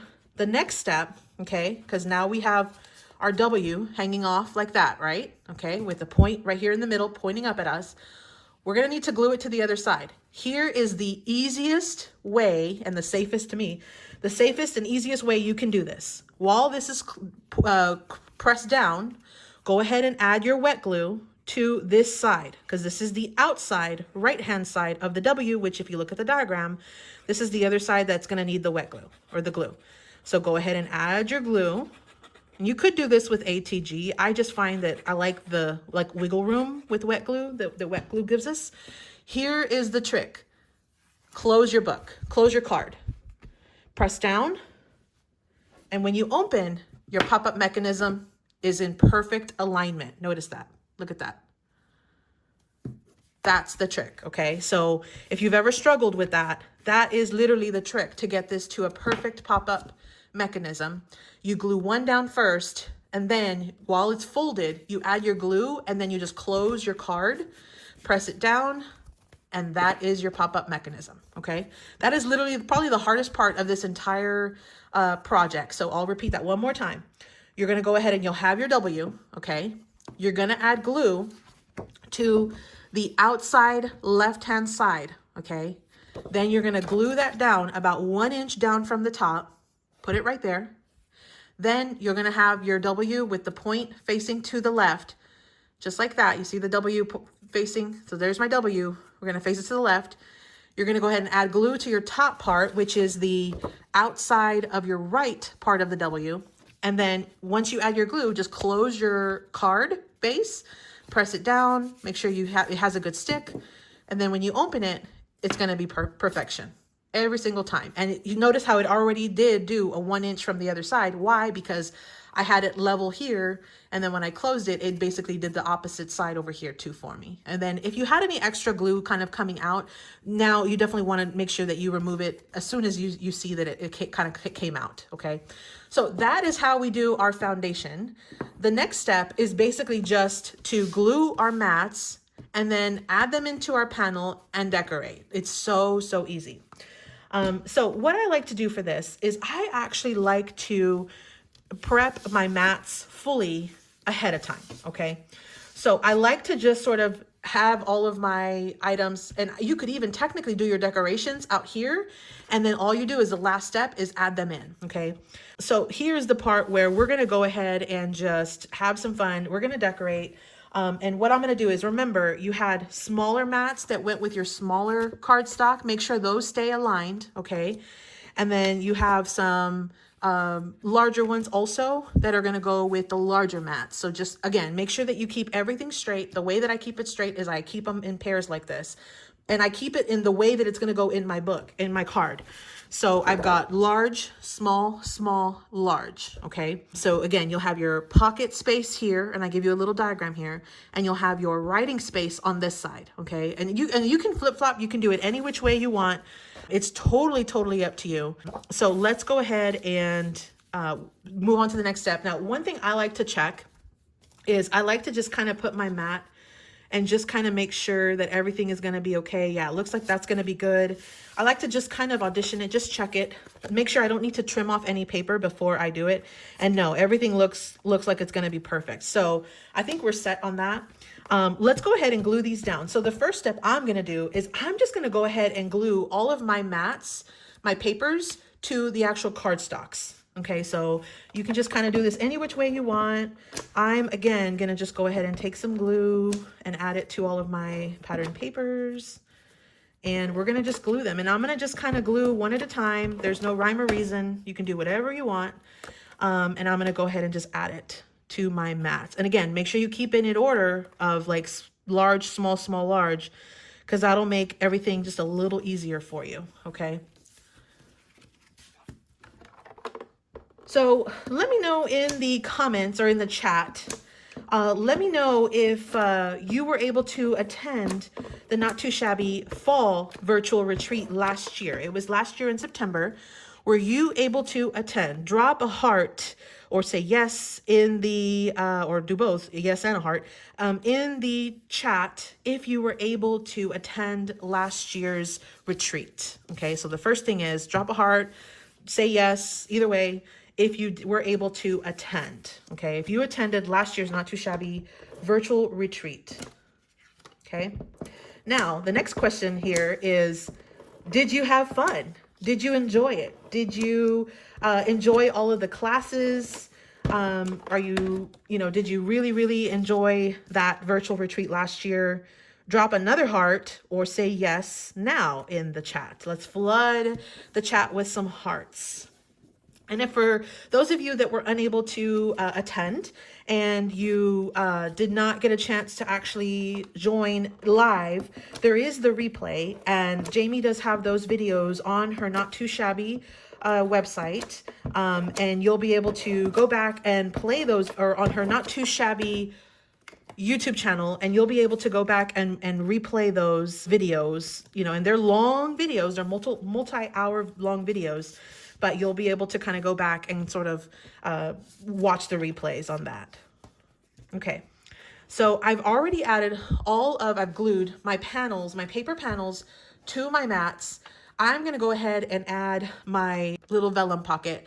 I'm gonna take out my We Are Memory Keepers corner chomper just so I can show you how to add the little notch if that's what you wanna do. This is very optional. You could literally just glue it just like that. But you can do this to either your pattern paper or your vellum, either which way you're going to be doing it, whichever one you prefer, whichever one you choose. But I'm going to take out my tool so I can show you how to do that in case you want to do that as well. Okay, so this is the We Are Memory Keepers envelope punch board. And it might have said corner chomper, but it's the envelope punch board by We Are Memory Keepers. I think they rebranded, and I think they might be like We Are Makers now or something. So what we're going to do for this vellum pocket, this pocket is 2 3/4 wide, okay? So what I want to do is this little ruler right here will tell us kind of this is the center point right here, and then it'll tell us how wide we're going. So I want to go right in the middle of that, which is about, I think it's like 1 3/8 is our center point for that. And then you're just going to go ahead and notch it. And that will form our cute little pocket for our gift card holder. So you just basically, you cut whatever dimension you're trying to do, you cut it in half.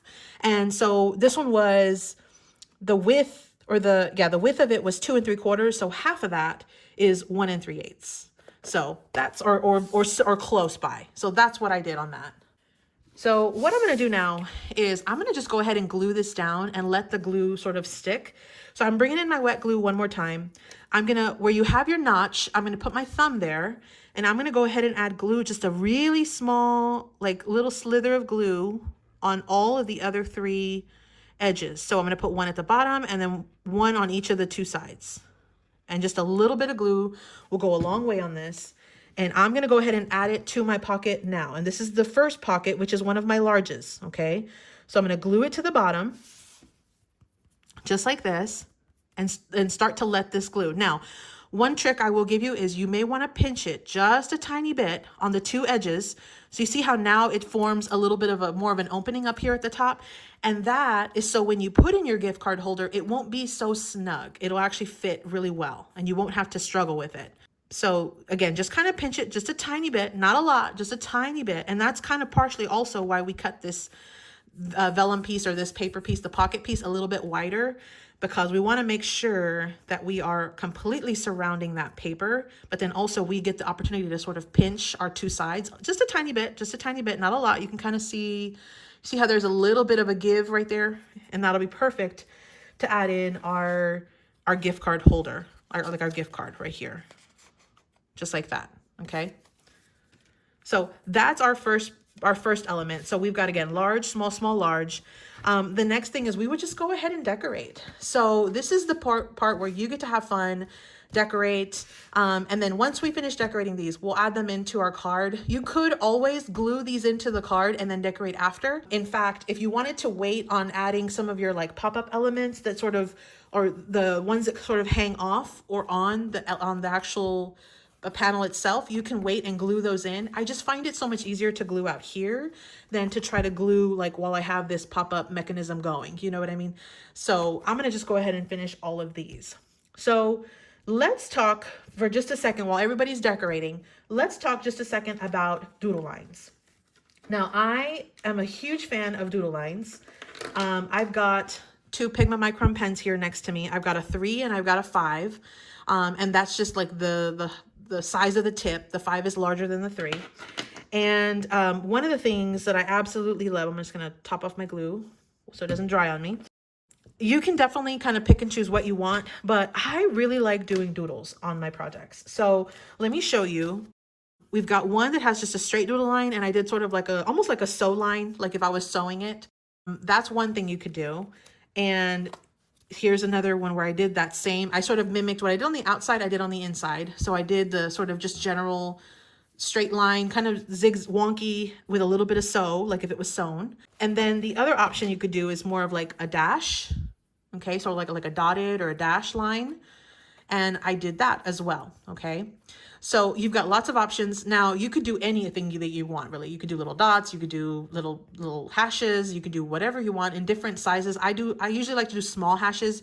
You could do larger hashes if that's what you prefer, like little lines with little spaces in between. And the other thing you can do when you're doodling is, like on this one, I stamped the butterfly that came in the stamp set, and then I just went ahead and added doodle lines, like if that was the way that the fly pattern of where that butterfly was flying. Okay. So I added that to both the top and the bottom. I also did do a little bit of dots in the corner, and that to me just kind of makes it look a little more antique or aged, more vintage. So I did some white dots, you see there, and then I added some black dots. You don't have to do this, but especially if I'm using like a lighter color on the inside, and once I add my panels, the white is gonna, or this lighter color is gonna sort of stick out like a sore thumb. So to break up some of that like quietness, I wanted to bring out some more pattern, and that's how I can extend my pattern beyond just the panel that's right here in the middle, okay? So you can kind of see too, over here, I added the same kind of technique on both sides. It just gives it a little bit more, like a little extra, right? And so when we finish gluing this, I'll show you how it's gonna look after that. But before I do, I'm gonna go ahead and draw a doodle line. And so I think what I wanna do is I'm gonna do a 3 on my paper that's gonna go inside on my panel. And then I'm probably gonna do the same doodle line on the cover, but I'm gonna use a 5 for it. So let me just go ahead and on this one, for this part of the project, I think I'm gonna just do just a zigzag. I mean, just like a regular doodle, like a wonky doodle, straight line, just like that. Not perfect, definitely not perfect. And then I'll do that little faux like stitch line. So I'm just adding a line. And if you've got sort of like a little bit of a shaky hand, which seems like I do, this is a perfect way to add a doodle line because it doesn't have to be perfect, okay? Now, for your little stitches, your faux stitches, I usually like to do about 3, and I usually do like opposite sides. So like I might do one right here, and you just kind of go back and forth, just like if you were doing a little stitch. And then I might do one like down here, just like that. And then 2 to me looks a little bit odd. I like, it's more pleasing to my eye to see groups of 3. So I'm gonna come up here and I'm gonna do one more up here. And that's our stitch. Super, super easy, right? So that's what I'm gonna do there. Now, if you want to do doodle lines on all of the other panels, you can. Notice that I did do stitch lines on my other panels, and I probably should have done that before I glued my pocket. Warning to the wise there. But you absolutely can do that. So I guess what I'll do is I'll go ahead and add some stitch lines to this as well. So I'm just gonna add a little wonky stitch to all of mine. And it's okay if you mess up, it's okay if you go off. That is literally the purpose of the wonky stitch, the wonky doodle. And I'm probably just making up random words at this point. This is in my head, like that's what I call it. And so I'm gonna just add the line first, and then I'll figure out where I'm gonna do my little faux stitching. I keep falling off. Which that's okay, that's okay. We're just gonna add this. Now, for another question for the chat, do you like doodling on your projects? Do you add doodles to your cards? Do you add doodles to your journals? Let me know in the chat if you like doing doodle lines in any way, shape, or form on your projects that you do. So just drop us a comment in the chat. You're either team doodle or you're not team doodle, but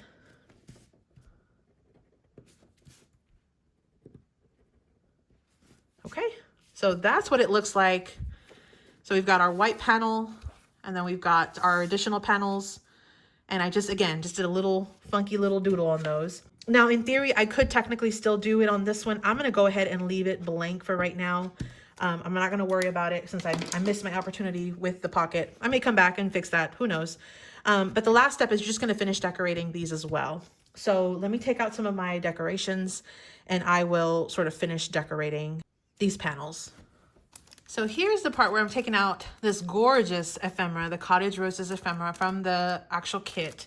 How about we give it up for Jamie? This is such gorgeous. This is such a gorgeous collection. Drop some hearts in the chat if you think that these prints are just absolutely stunning. So I pulled out a few little images here, and I also did pull out some die cut sentiments that came from the stamp set, the stamp and die set. So I pulled some out. I'm not sure what I'm going to use exactly yet, but I have a feeling that I'll probably end up using this big print. I really like that one. So I think I might put that there. And then for this panel, I think I want to do this girl with the roses, because this one says live life in full bloom. And I think I want to add this one that says you're the rose in my garden of friends. So I'm going to audition everything here real quick on my panels and kind of see what I want to do. I think I might even have her hanging off just a tiny bit at the bottom. And then I did bring in some of the little roses, because I thought that worst case, I could maybe add like a rose over here, a rose over here, rose over here. Like I've got some options. Might even do like a rose over here in the corner. We'll see. We'll see where everything ends up. But I think that's where I want to put those mats. And then I'm going to just glue that down. You could stamp a sentiment over here. You could also just glue in a sentiment like right there in the center if that's what you want to do for your pop-up mechanism. You've got some options here. You totally can do whatever you want. You could technically also put a sentiment right here over the little pocket with for the gift card holder, if you would like to do that. So I think I'm gonna go ahead and glue these items, because I think that is what I'm gonna start with. I might change my mind later and add some more, but I think this is a pretty good start for what I want to try to do with this. Now, again, you can do this. You can do the decoration on the panels first and then add them into your card, or you can add the panels in and then decorate after. It's totally up to you. I find this way is a little easier, because it's easier for me to maneuver on a flat surface than once everything is glued to this pop-up 3D sort of, element here in the book, in the card. I keep calling it a book, but card. So I just added that one. I think I am going to have this popping down, but let me add the sentiment first. I love these dies from the Not Too Shabby shop where they die cut out the words and phrases. That's so unique, and not everybody does that, but that's something that Jamie does with the shop with her releases a lot of the time. And I really enjoy the look of the sentiments when they're die cut out like that. I think it's just so fun. And it's so different. So I think I'm going to have this girl sort of hanging off just a tiny bit. I think I'll do that. So what I want to do when I'm going to add something like that that's hanging off, I know I'm not going beyond a 1 inch from the bottom. So that's perfect, because that'll be perfect for whenever I put it in the card. What I'm going to do is I'm basically going to put my thumb where I want my glue to stop. Okay. And then when I turn it around, I know that I cannot go beyond that. So let me just go ahead and sort of add glue to everywhere else that's basically above my thumb on the image, just like that, okay? And then, so when I add it here, I know I'm not gonna have glue hanging off of this. So I'm gonna do it just like that, I think. And so see, notice how I don't have any glue. And if you had a little bit, no worries, just kind of wiggle it off, take it off while you have a chance. It's easier to do it this way than, again, once it's already in the book, in the card. So that's how you can kind of do that. I think I might actually just wait and add these little hearts once I have them in the book, in my card. I'll wait and see how that looks in just a second. So these are how I'm going to decorate the onset of my panels. Next step is we're going to go ahead and glue them into our actual card itself. So I'll give you a few seconds just to kind of finish decorating these if you haven't already. You can use ephemera, you can use stamped images, and that's really all I'm decorating. Again, you can add your stamped and do a little, I think I did on one of these, you see here I did the little butterfly, and then I did a little like zigzaggy for the fly pattern. But then I did on one of them, I just added a little flower from piece of ephemera. But you see how it hangs off a little bit? Like I'm going to do this weight to add that one in. See how I have some pieces hanging up from that one. Here's a panel that's hanging off. So you've got lots of options there. Okay.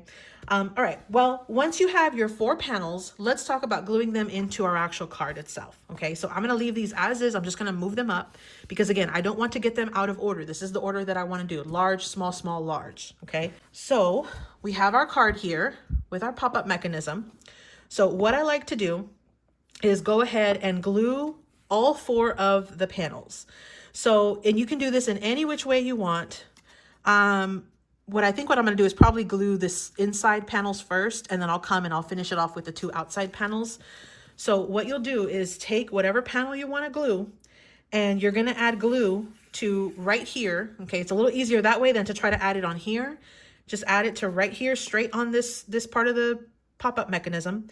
And then you're going to go ahead and just glue your actual panel that coordinates with that section on the card to that little pop-up mechanism. Okay, so I'm going to go ahead and what you'll want to do is kind of take account how much wiggle room you have, because you don't want to add glue all the way to the end. You see how I have about a 1/16 of an inch on both sides? I don't want to add glue all the way to the edge on that.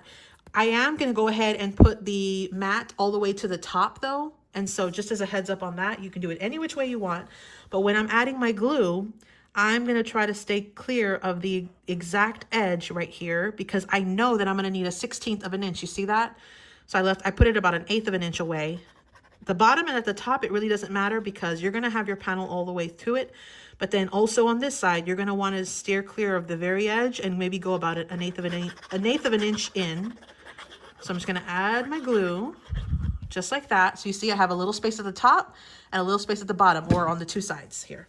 So now I'm going to go ahead and add my panel, and I'm going to just go ahead and glue it again all the way to the top, but I'm going to try to keep it as centered as I can between those two score lines. Okay. So you see how I have a little bit, like a 1/16 of an inch at the top, a 1/16 of an inch at the bottom. That's how I want to do it. And you're going to want to press this. Okay. Now you can absolutely close your card, press down. And that's one way to sort of get that glue in position there and kind of press down, because it's a little harder to try to glue it, press it from back here. If you just close your card, press where that mechanism is at, you'll have everything. And if you have any excess glue, go ahead and just wipe it off. No big deal. Most of our glue does dry clear, but you don't want like a ton of excess glue sort of hanging out, right? So just wipe it off, no big deal. Just like that, okay? Now, let's go ahead and glue the second panel. So I'm gonna audition it, just kind of test it, make sure I know I can eyeball more or less how much space I have. And then I'm gonna add my glue, again, leaving some space on the sides. And I'm gonna go ahead and add glue all the way straight to the top and the bottom, which on screen is like the left and the right here. But we're gonna go ahead and add our panel and just kind of eyeball it as best as you can. And that's the beauty of using the wet glue, is that you have a little bit of wiggle room, so you can adjust it as you need to. So once you have it, see there, a little bit on the left and the right, go ahead and close it again, press down over here at the corner where those pop-ups are, the mechanisms are. And then just make sure you don't have any excess glue. And that's the second part of our pop-up mechanism. The last step is just to go ahead and glue down our final two panels. So on this one, I'm going to go ahead and see where I can have it where it'll fit good. And so I'm going to have it almost all the way to the end here.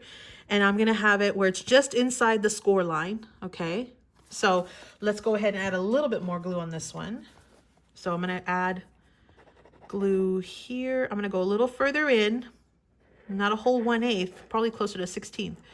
And I'm going to go a little closer on this end too, because this panel, remember, this panel was larger, or it was wider than the two inside panels. And that's because we got to go make sure that we go all the way towards that edge. You don't have to necessarily go all the way to the edge, but you want to go a little closer than what you're doing with those other ones, because these are the outside parts of the panel.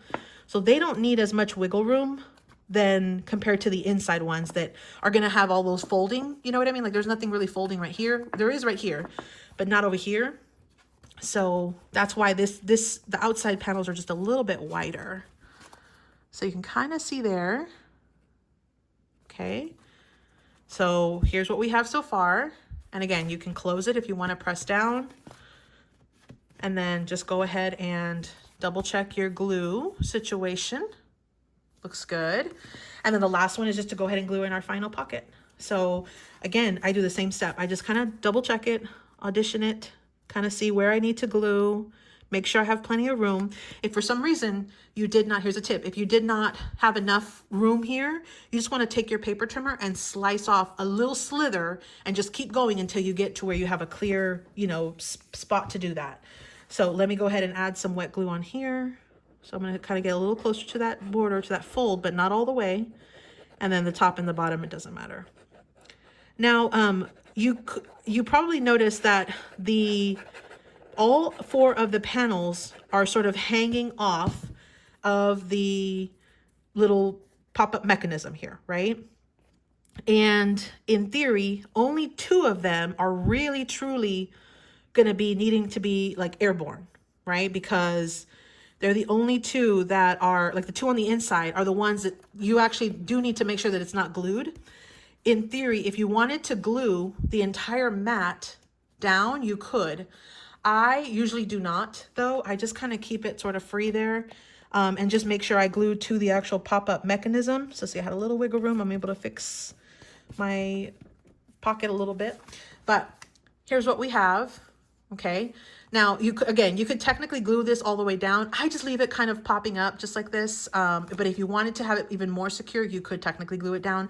Just definitely do not, obviously you can't glue these two. You can only do what's on the strip right here. But so just as a heads up, if you find that this is just too wobbly, you could technically add glue to the back of this and this when you glue it down, and it'll be all the way glued down to the actual backing. It's just, I've never really done that. I've always just left it open, and I've never really had a problem with it either. So that's what our inside is looking like so far. Let me know in the chat. What are you thinking? Are you liking this project so far? Do you like this pop-up part of the card? Did you hang your ephemera pieces off? How are you decorating it? Did you add two writing spaces? Did you just add one? That's kind of how everything is looking like so far. So we're just about nearly done with the inside. I may come back and I might add a little bit of doodle. I might even come in and stamp a little butterfly just to kind of show you that piece of it. But otherwise, I think our inside is pretty much done. Okay. Now, what I also will do is decorate the front cover, and you can technically start to decorate the front cover if you'd like. Just know that if you are going to be doing some stamping or some doodling on the inside, if you have anything real bulky, it might interfere with your actual like stamped image on the inside. Okay. So I think what I'll do is I am going to go ahead and do the little butterfly. Let me get my stamp supplies, and I'm going to just quickly do the 2 butterflies. So that way it looks more similar to this. I may do 3, we'll see, but if not, then I might just do 2. Here's one that has 3 butterflies on the inside to get some inspiration. And then here's one that has 2 butterflies to get some inspiration. So just the top and the bottom. And why? Because I added a 3rd one right here. So we'll see what I decide, but let me go ahead and pull. I'm going to get a little stamp block. I'm going to get my ink. I'll show you what I'm going to use, but I'm going to just get everything prepped, and then I will come back and I will go ahead and stamp these last final 3 little butterflies. We'll finish our doodles on the inside, call it done on the inside, and then we'll go ahead and finish up decorating the cover, and that will be the end of this class. So let me go ahead and grab my stamping supplies. Okay, so I have my Memento Tuxedo Black. This one works well with alcohol markers because this is water-based ink. I've got a little stamp block. This is one that I had picked up at Dollar Tree many years ago. And then I did take out the Rose Cottage stamp set. This is part of the bundle. And I'm going to use this super cute little butterfly that's right there. So let me just take it out. I love having these little like whimsical images that will work perfectly for this type of, item. In the stamp set, because they're small, they're dainty, and it just is going to look great. Now, what I'm going to do is I'm going to go ahead and put it very close to the edge of my stamp block, and that's because I have limited space on the top and the bottom of my panel here, right? So if I were to put it in the middle, I would run the risk of getting ink all over all of my project. But if I put it in the corner, it's a little easier for me to control, right? So that is my thought process behind that, but we're going to go ahead and add it right there in the corner, and we'll see if we can go ahead and stamp that. So I'm going to just take out, again, my Memento Tuxedo Black. This is the one that I use anytime I want to use alcohol markers, because I'm going to come in and just add a touch of color to that. So let me just go ahead and get some ink on here. Just adding a little bit of ink, nothing crazy, but I want to make sure that I get a good image. Okay. Now I think what I'll do is I'll go ahead and put this butterfly flying inside. So I'm going to just stamp it real quick, just like that. So here's what that one looks like. Okay. And then I think I'm going to put one at the top, kind of going the opposite and going in. So I'm just going to turn my card upside down. We're going to go ahead and add a stamped butterfly, sort of going this way, just like that. Okay, so I've got one that's going to come from the bottom, one that's coming from the top. Now, here's where I get to decide. Do I want one on my panel? Do I want another one coming over here? I think I might just go ahead and do it off of the panel for today, for this one. And we'll go ahead and just add it also on the cardstock. And you can stamp on this paper. So you do have that option. Let's go ahead and put it coming in also. So those are our 3 stamped images. We've got 1 butterfly flying in, 1 flying in from this side, and then 1 flying in from the top. So we've got 3 there. So let me go ahead and put this aside. Again, that's Memento Tuxedo Black was the color I used. I'm gonna put this all aside real quick. Now, what I love about this ink is that it dries almost instantly. So it's pretty much already dry, which means I can go ahead and color with alcohol markers now. Again, because it's water-based ink. So I've got a couple of colors. These are very much generic alcohol markers, nothing fancy. Those are the colors that I'm using. You can kind of see right there. I'm using sort of a more like vintage pink and then a lighter pink. And so what I'm going to do is I'm just going to color really quickly just to add a tiny bit of color on these. So I'm going to add a little bit of the darker color on the inside on that. And then I will use a little bit of the lighter color on the outside and just sort of give the butterfly a little light and dimension, just like that. So there is my colored image. I'm going to do that to all 3 of them. So let me just color again the inside and sort of a little bit of the like inner part of the wings. I'm going to color with the darker, more vintagey color, and then I'm going to use the lighter color on the outside. And I'm just going to kind of blend it all together. Nothing perfect, nothing, you know, super fancy. I'm just using 2 colors. I'm not even really doing a full-on ink blend, but I think these 2 colors will kind of work together. And these are the ones I had used on my previous one. So here are my butterflies. Super easy, super easy coloring there. So I'm gonna put my markers away. And then what I wanna do now is add a little bit of our like flight patterns. So I'm just gonna have fun and do some little doodle lines. So let's see here. There is no right or wrong way to do this. I'm just gonna add a little dainty flight pattern, okay?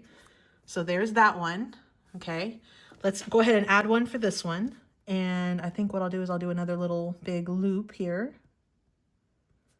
So I just do a little zigzag, kind of imagining what the flight pattern would be. And if you've ever seen a butterfly fly, it literally is just all over the place. They definitely don't fly in a straight line. So I think that's super fun, super whimsical.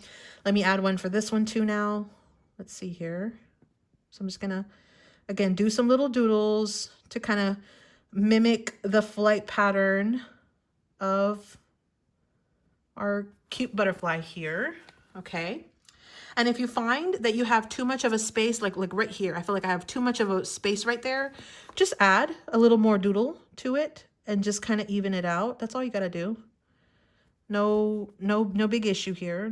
This is not perfect, you know, art or anything. So you definitely can have fun with it, okay? So that is basically the inside of my card. I'll let this dry for just a second. The next step that I'm going to do is I'm going to go ahead and decorate the front.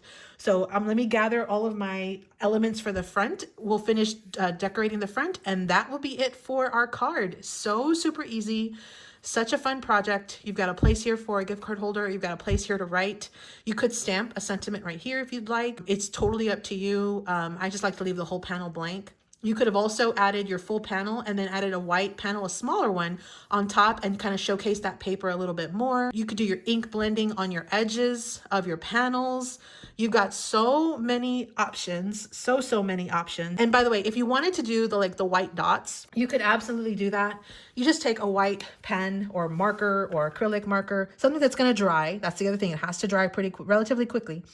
And you just do some little dots. Now, they're going to be really hard to see on this pattern, on this very light pastel like paper. You basically just do your dots, and I just kind of do them over and over until you can kind of see it a little bit. So you just kind of do your dots like that. I'll put a couple on each side, but again, my paper is so light that it's going to be very hard to see it, but that's okay. We'll kind of give the whimsy kind of the look that something is there. And I'm just kind of doing some dots here. And I'm just using a generic, whatever was in my stash, white I think this is like acrylic marker. And then what you can do also, if you want, is after that kind of dries, you can go in and add a little bit of black dots just to kind of enforce that, yeah, there are little dots there. So something like that. You could do that too, if you'd like. Super, super easy. Okay. I'm just kind of adding a few things here and there. And that's it. So that is the finished inside. Again, let me gather my items and I'll talk you through the process of how I'm going to decorate the front of my card. Okay, so I'm going to leave this open for just a second so it can dry. So I'll put a couple things under it to hold it. But let's go ahead and let this dry and I will get my things for the cover. Okay, so the last step is just to go ahead and decorate the cover. Okay, so I'm gonna bring in some of the scraps that I had left over from earlier because I feel that I could absolutely use these to decorate the front of my cover. I also am gonna bring in some of the bloom word that I die cutted. I brought in a couple different options. I'm gonna see which one I like better. I think I'm gonna like this rose gold kind of version better than the silver, but I brought in a couple of options here. That was one of my homework things that I mentioned, is to die cut ahead of time, and that'll make it a little bit easier. I am going to bring in some more pieces of the ephemera, so we'll see what we end up using with that. But I think what I want to do is cut up and lay down some of these scraps. And again, these were the scraps that I had left over from cutting my panels for the inside. I think that's what I'm going to do. And I kind of like the idea of having one big panel here and one like little skinny panel here, and then I'll add some ephemera pieces. So I think what I'll do is, let me just cut this one down, and I'm just going to use my paper trimmer super quick. And this is literally how I do it. I'm just going to like eyeball it, and let's see here. So I probably want to do about, I want to take off probably about 2 inches would be my guess. So I'm going to cut it at 4. And this will be another little scrap. And I think what I'll do is I'll just kind of glue it kind of like that. And I'll figure out what I'm going to do as far as my layout. Now, normally I do recommend like laying out everything that you're going to want on the cover, but I feel like if I commit to it now, I'm more likely to, you know, be able to get this done a little bit quicker and easier. Now, you could also add in like a band across the entire way if you wanted to do so. You could add a band and then just cut it down to 5 3/4 by 5 3/4. I could technically do something like this, which that doesn't look that bad either, but I think I'm going to go ahead and just stick to these 2 patterns, and I'm going to do this and then we'll finish decorating. So I'm going to just kind of add some ATG on this, and I'm going to go ahead and lock this part of the decoration in. So again, this is kind of the fun part. You can kind of do what you want and decorate, have fun with the decorating piece of it. This is really why we do the crafting, not to do the little foundations or the bases. It's to do all of this fun part. And I do like these polka dots. So we're going to go ahead and have that piece up, and we'll go ahead and glue it to our cover. Now, here's where on the cover, where you could actually do a little bit of more of a bulkier, if you wanted to, like bulk up some of the front. I would not recommend bulking up the inside too much, because your spine is for this card is flat, right? And so yes, if you already have a little bit of a bulk in the front part of it, and if you try to add like, say, like foam dimensional tape or something, it's going to get really bulky like that. However, you can definitely add bulk to your front, especially maybe on this side, and that way you can kind of even things out, because you see how it's a little thicker on the right hand side as opposed to the left hand side. So I've already glued those 2 pieces down. The next thing I'll do is I'll sort of kind of figure out what I want to do with my ephemera pieces. Now I'll take this time, you can see here I have my stamp sentiments. I'll take this time to go ahead and mention that there is a discount code that you can use all weekend long at the Not Too Shabby shop. I will pop that discount code here on the screen. It is CR15, okay? So you'll save 15% on your purchases at Not Too Shabby. And this is going to run the entire weekend of the retreat. So it's going to run starting on the 17th, and then it will go until May 20th. So May 17th through May 20th is the actual discount in the shop, in the Not Too Shabby shop. So we'll have, of course, those links or whatever linked down below, but you'll also have those discount codes. You can kind of see them. And again, it's CR15. I'll link it again here on the screen so you can see it, and save 15%. If you haven't already picked up anything from the bundle, and if there's still anything left that you want to try to pick up, now is the perfect time to go ahead and do so. So I'm just sort of playing around with my ephemera pieces. And while I continue to do that, I'll also mention there is a $175 mystery bundle giveaway that Jamie will be drawing in about 1 week. So make sure you stay tuned for that. One way that you can enter, I believe, is going to be by adding your finished projects over on the Facebook, the Not Too Shabby Facebook page. And so I would highly encourage you, if you are not already a member of the Not Too Shabby Facebook page, to go ahead and do so, to join them. And that way you can see what all of the, not only the instructors, but also all of the people at home that are watching, like the attendees, are able to see in, you know, the items that they made with these items, the projects that they made with these items. So there will be some links down in the description box below or in the chat that kind of talk about all of the different, as far as all the details, and have the links. There's going to be a link where you have to sign in and register for the actual giveaway itself. All of that information will be linked down below or in the chat. So it'll just pop up if you see it kind of come up. That's where it will be. I think this is how I'm going to go ahead and decorate the front. I am kind of sold on this sort of layout. And then I'll come in and I'll add some enamel dots and we'll call this project finished. So let me just glue these real quick. I'm going to add I'm going to use my wet glue again. So let me just kind of start and I will glue.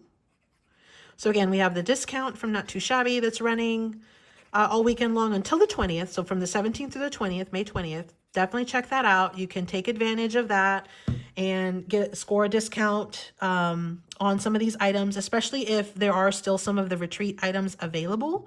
Some of these papers and things, you might be able to snag those things. You can go ahead and do so at a discount. And then definitely make sure that you do register for that giveaway. All the details will be linked in the description box below of this video.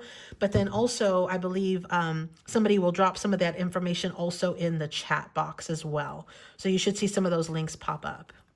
And then, of course, make sure you also go check out the Not Too Shabby Facebook page so you can see all of the completed projects from everybody throughout this event. I mean, if you go back and you go look at the ones from last year, there were so many amazing, amazing projects. It was so fun to see everybody's projects and then kind of come to life through everybody that used those same, class designs, project designs, and made them their own. I mean, it was just so fun to kind of watch that. So highly encourage you to go check that out if you haven't already, and especially if you're not already subscribed to the Not Too Shabby Facebook page or group.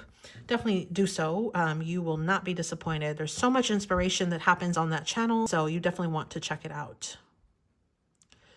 Well, let's see here. I'm just adding some glue, and this is kind of the hard part for me. I sometimes will bring out some tweezers and do this, but because I'm just doing one die, I figured I would just kind of make a little bit of a mess on my finger here and not worry too much about it. But like I said, normally you can do this with some tweezers and it'll make it a little bit easier. You can also back it on some double-sided tape and then die cut with the tape, on there, and that will make it a lot easier too. At the time when I was die cutting, I did not take anything out and I just went ahead and die cut straight from the cardstock. So I don't have any fancy techniques or backgrounds on my cardstock or sticky, adhesive. I had to just add it myself with the glue, with the wet glue. You definitely want to use wet glue for this if you don't already have a backing. It's just easier to get in on all those little bitty grooves and things. So here's what I have so far. And the beauty of this is you can just kind of keep adding to it as you go. I think what I'm going to do is I will go ahead and add a few white dots, and I will go ahead and bring in my Pigma Micron 5 pen, and I will use that to add some additional decoration. So I'm going to just do a little bit of just some little dots here, make it look again, kind of continuing the look from the outside into, or from the inside out as well.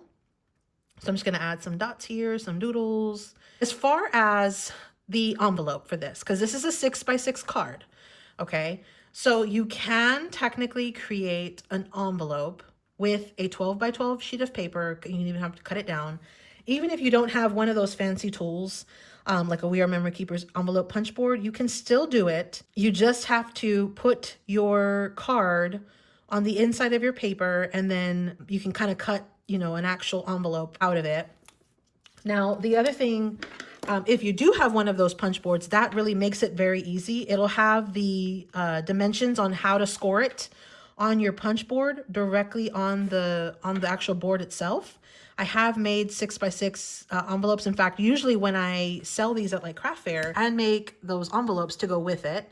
And I find that that's just the easiest, because trying to store-bought or store-buy those envelopes is not always the easiest to do. They're sometimes hard to find. If you're able to find them though, it's great. It's fantastic.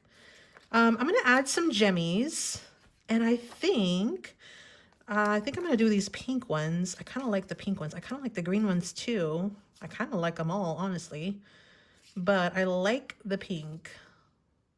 I think the pink just kind of blends in a little bit more. So I'm gonna go ahead and just add a cluster of 3 enamel dots down here at the bottom, just like that. And then I think I also want to include a couple of additional enamel dots in a couple of other different places. So I put 2 right there. And then I think what I'll do is I'll finish off the pink, or most of the pink ones. And I'm gonna add another little cluster of 3 up here, okay? And you know what? I think, why not? Let's add a couple of green ones here and there. I think it's super fun.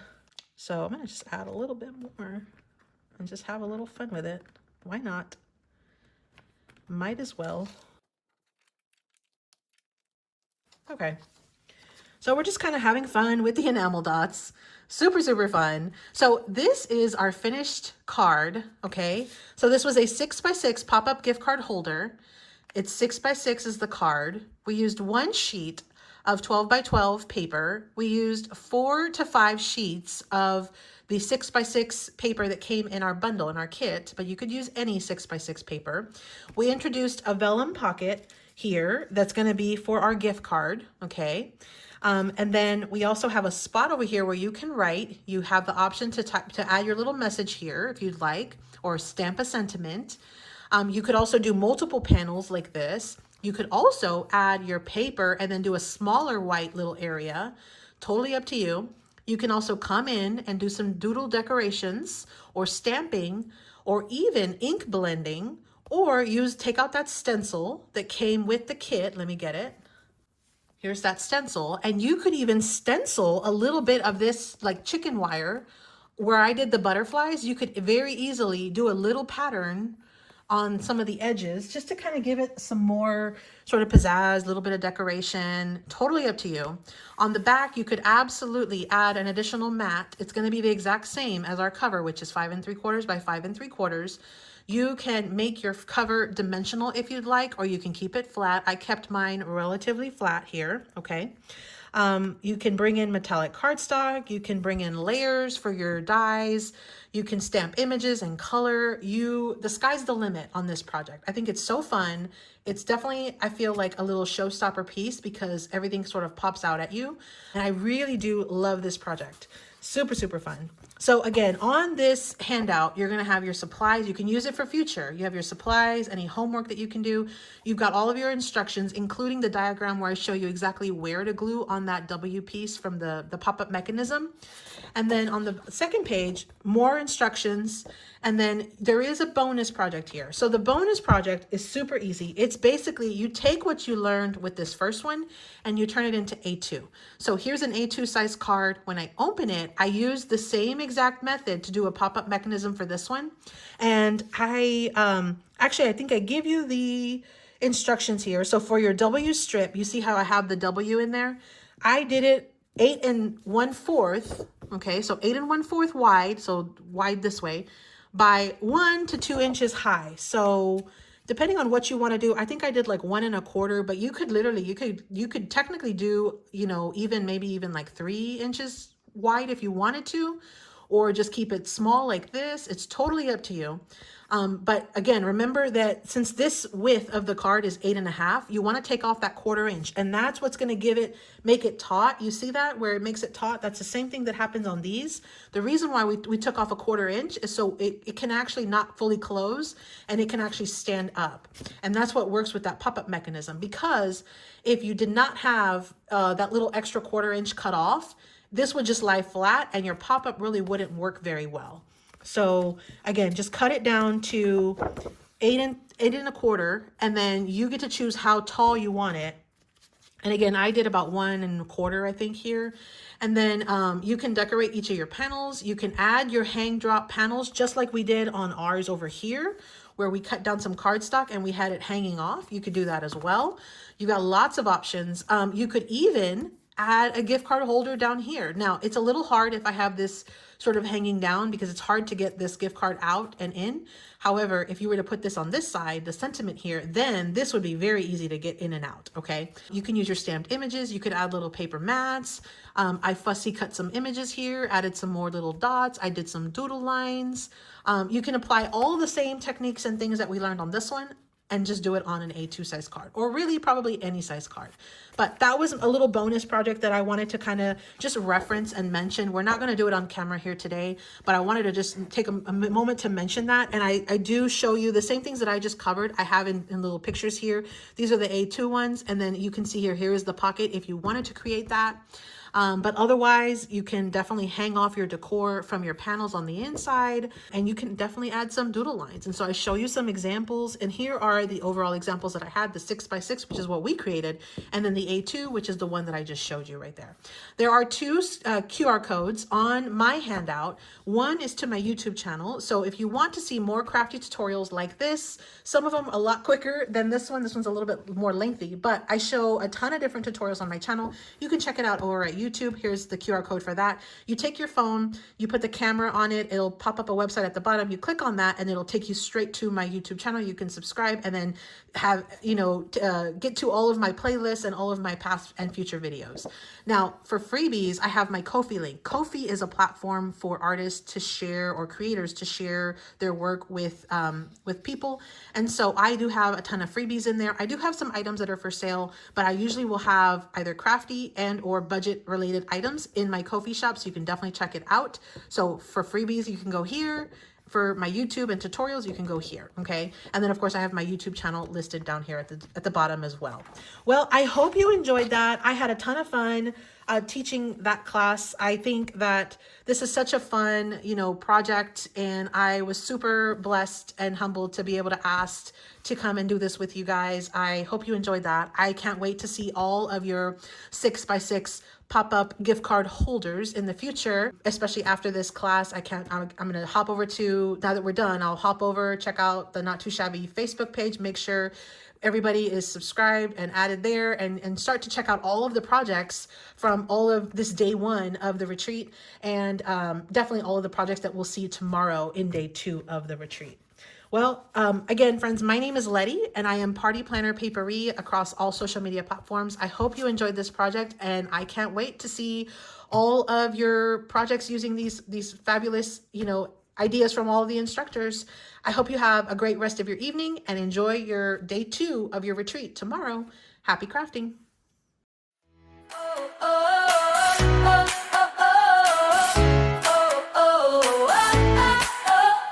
Sunlight shining, coffee's poured, paper stacked, we're ready for more. From coast to coast, near and far, we're crafting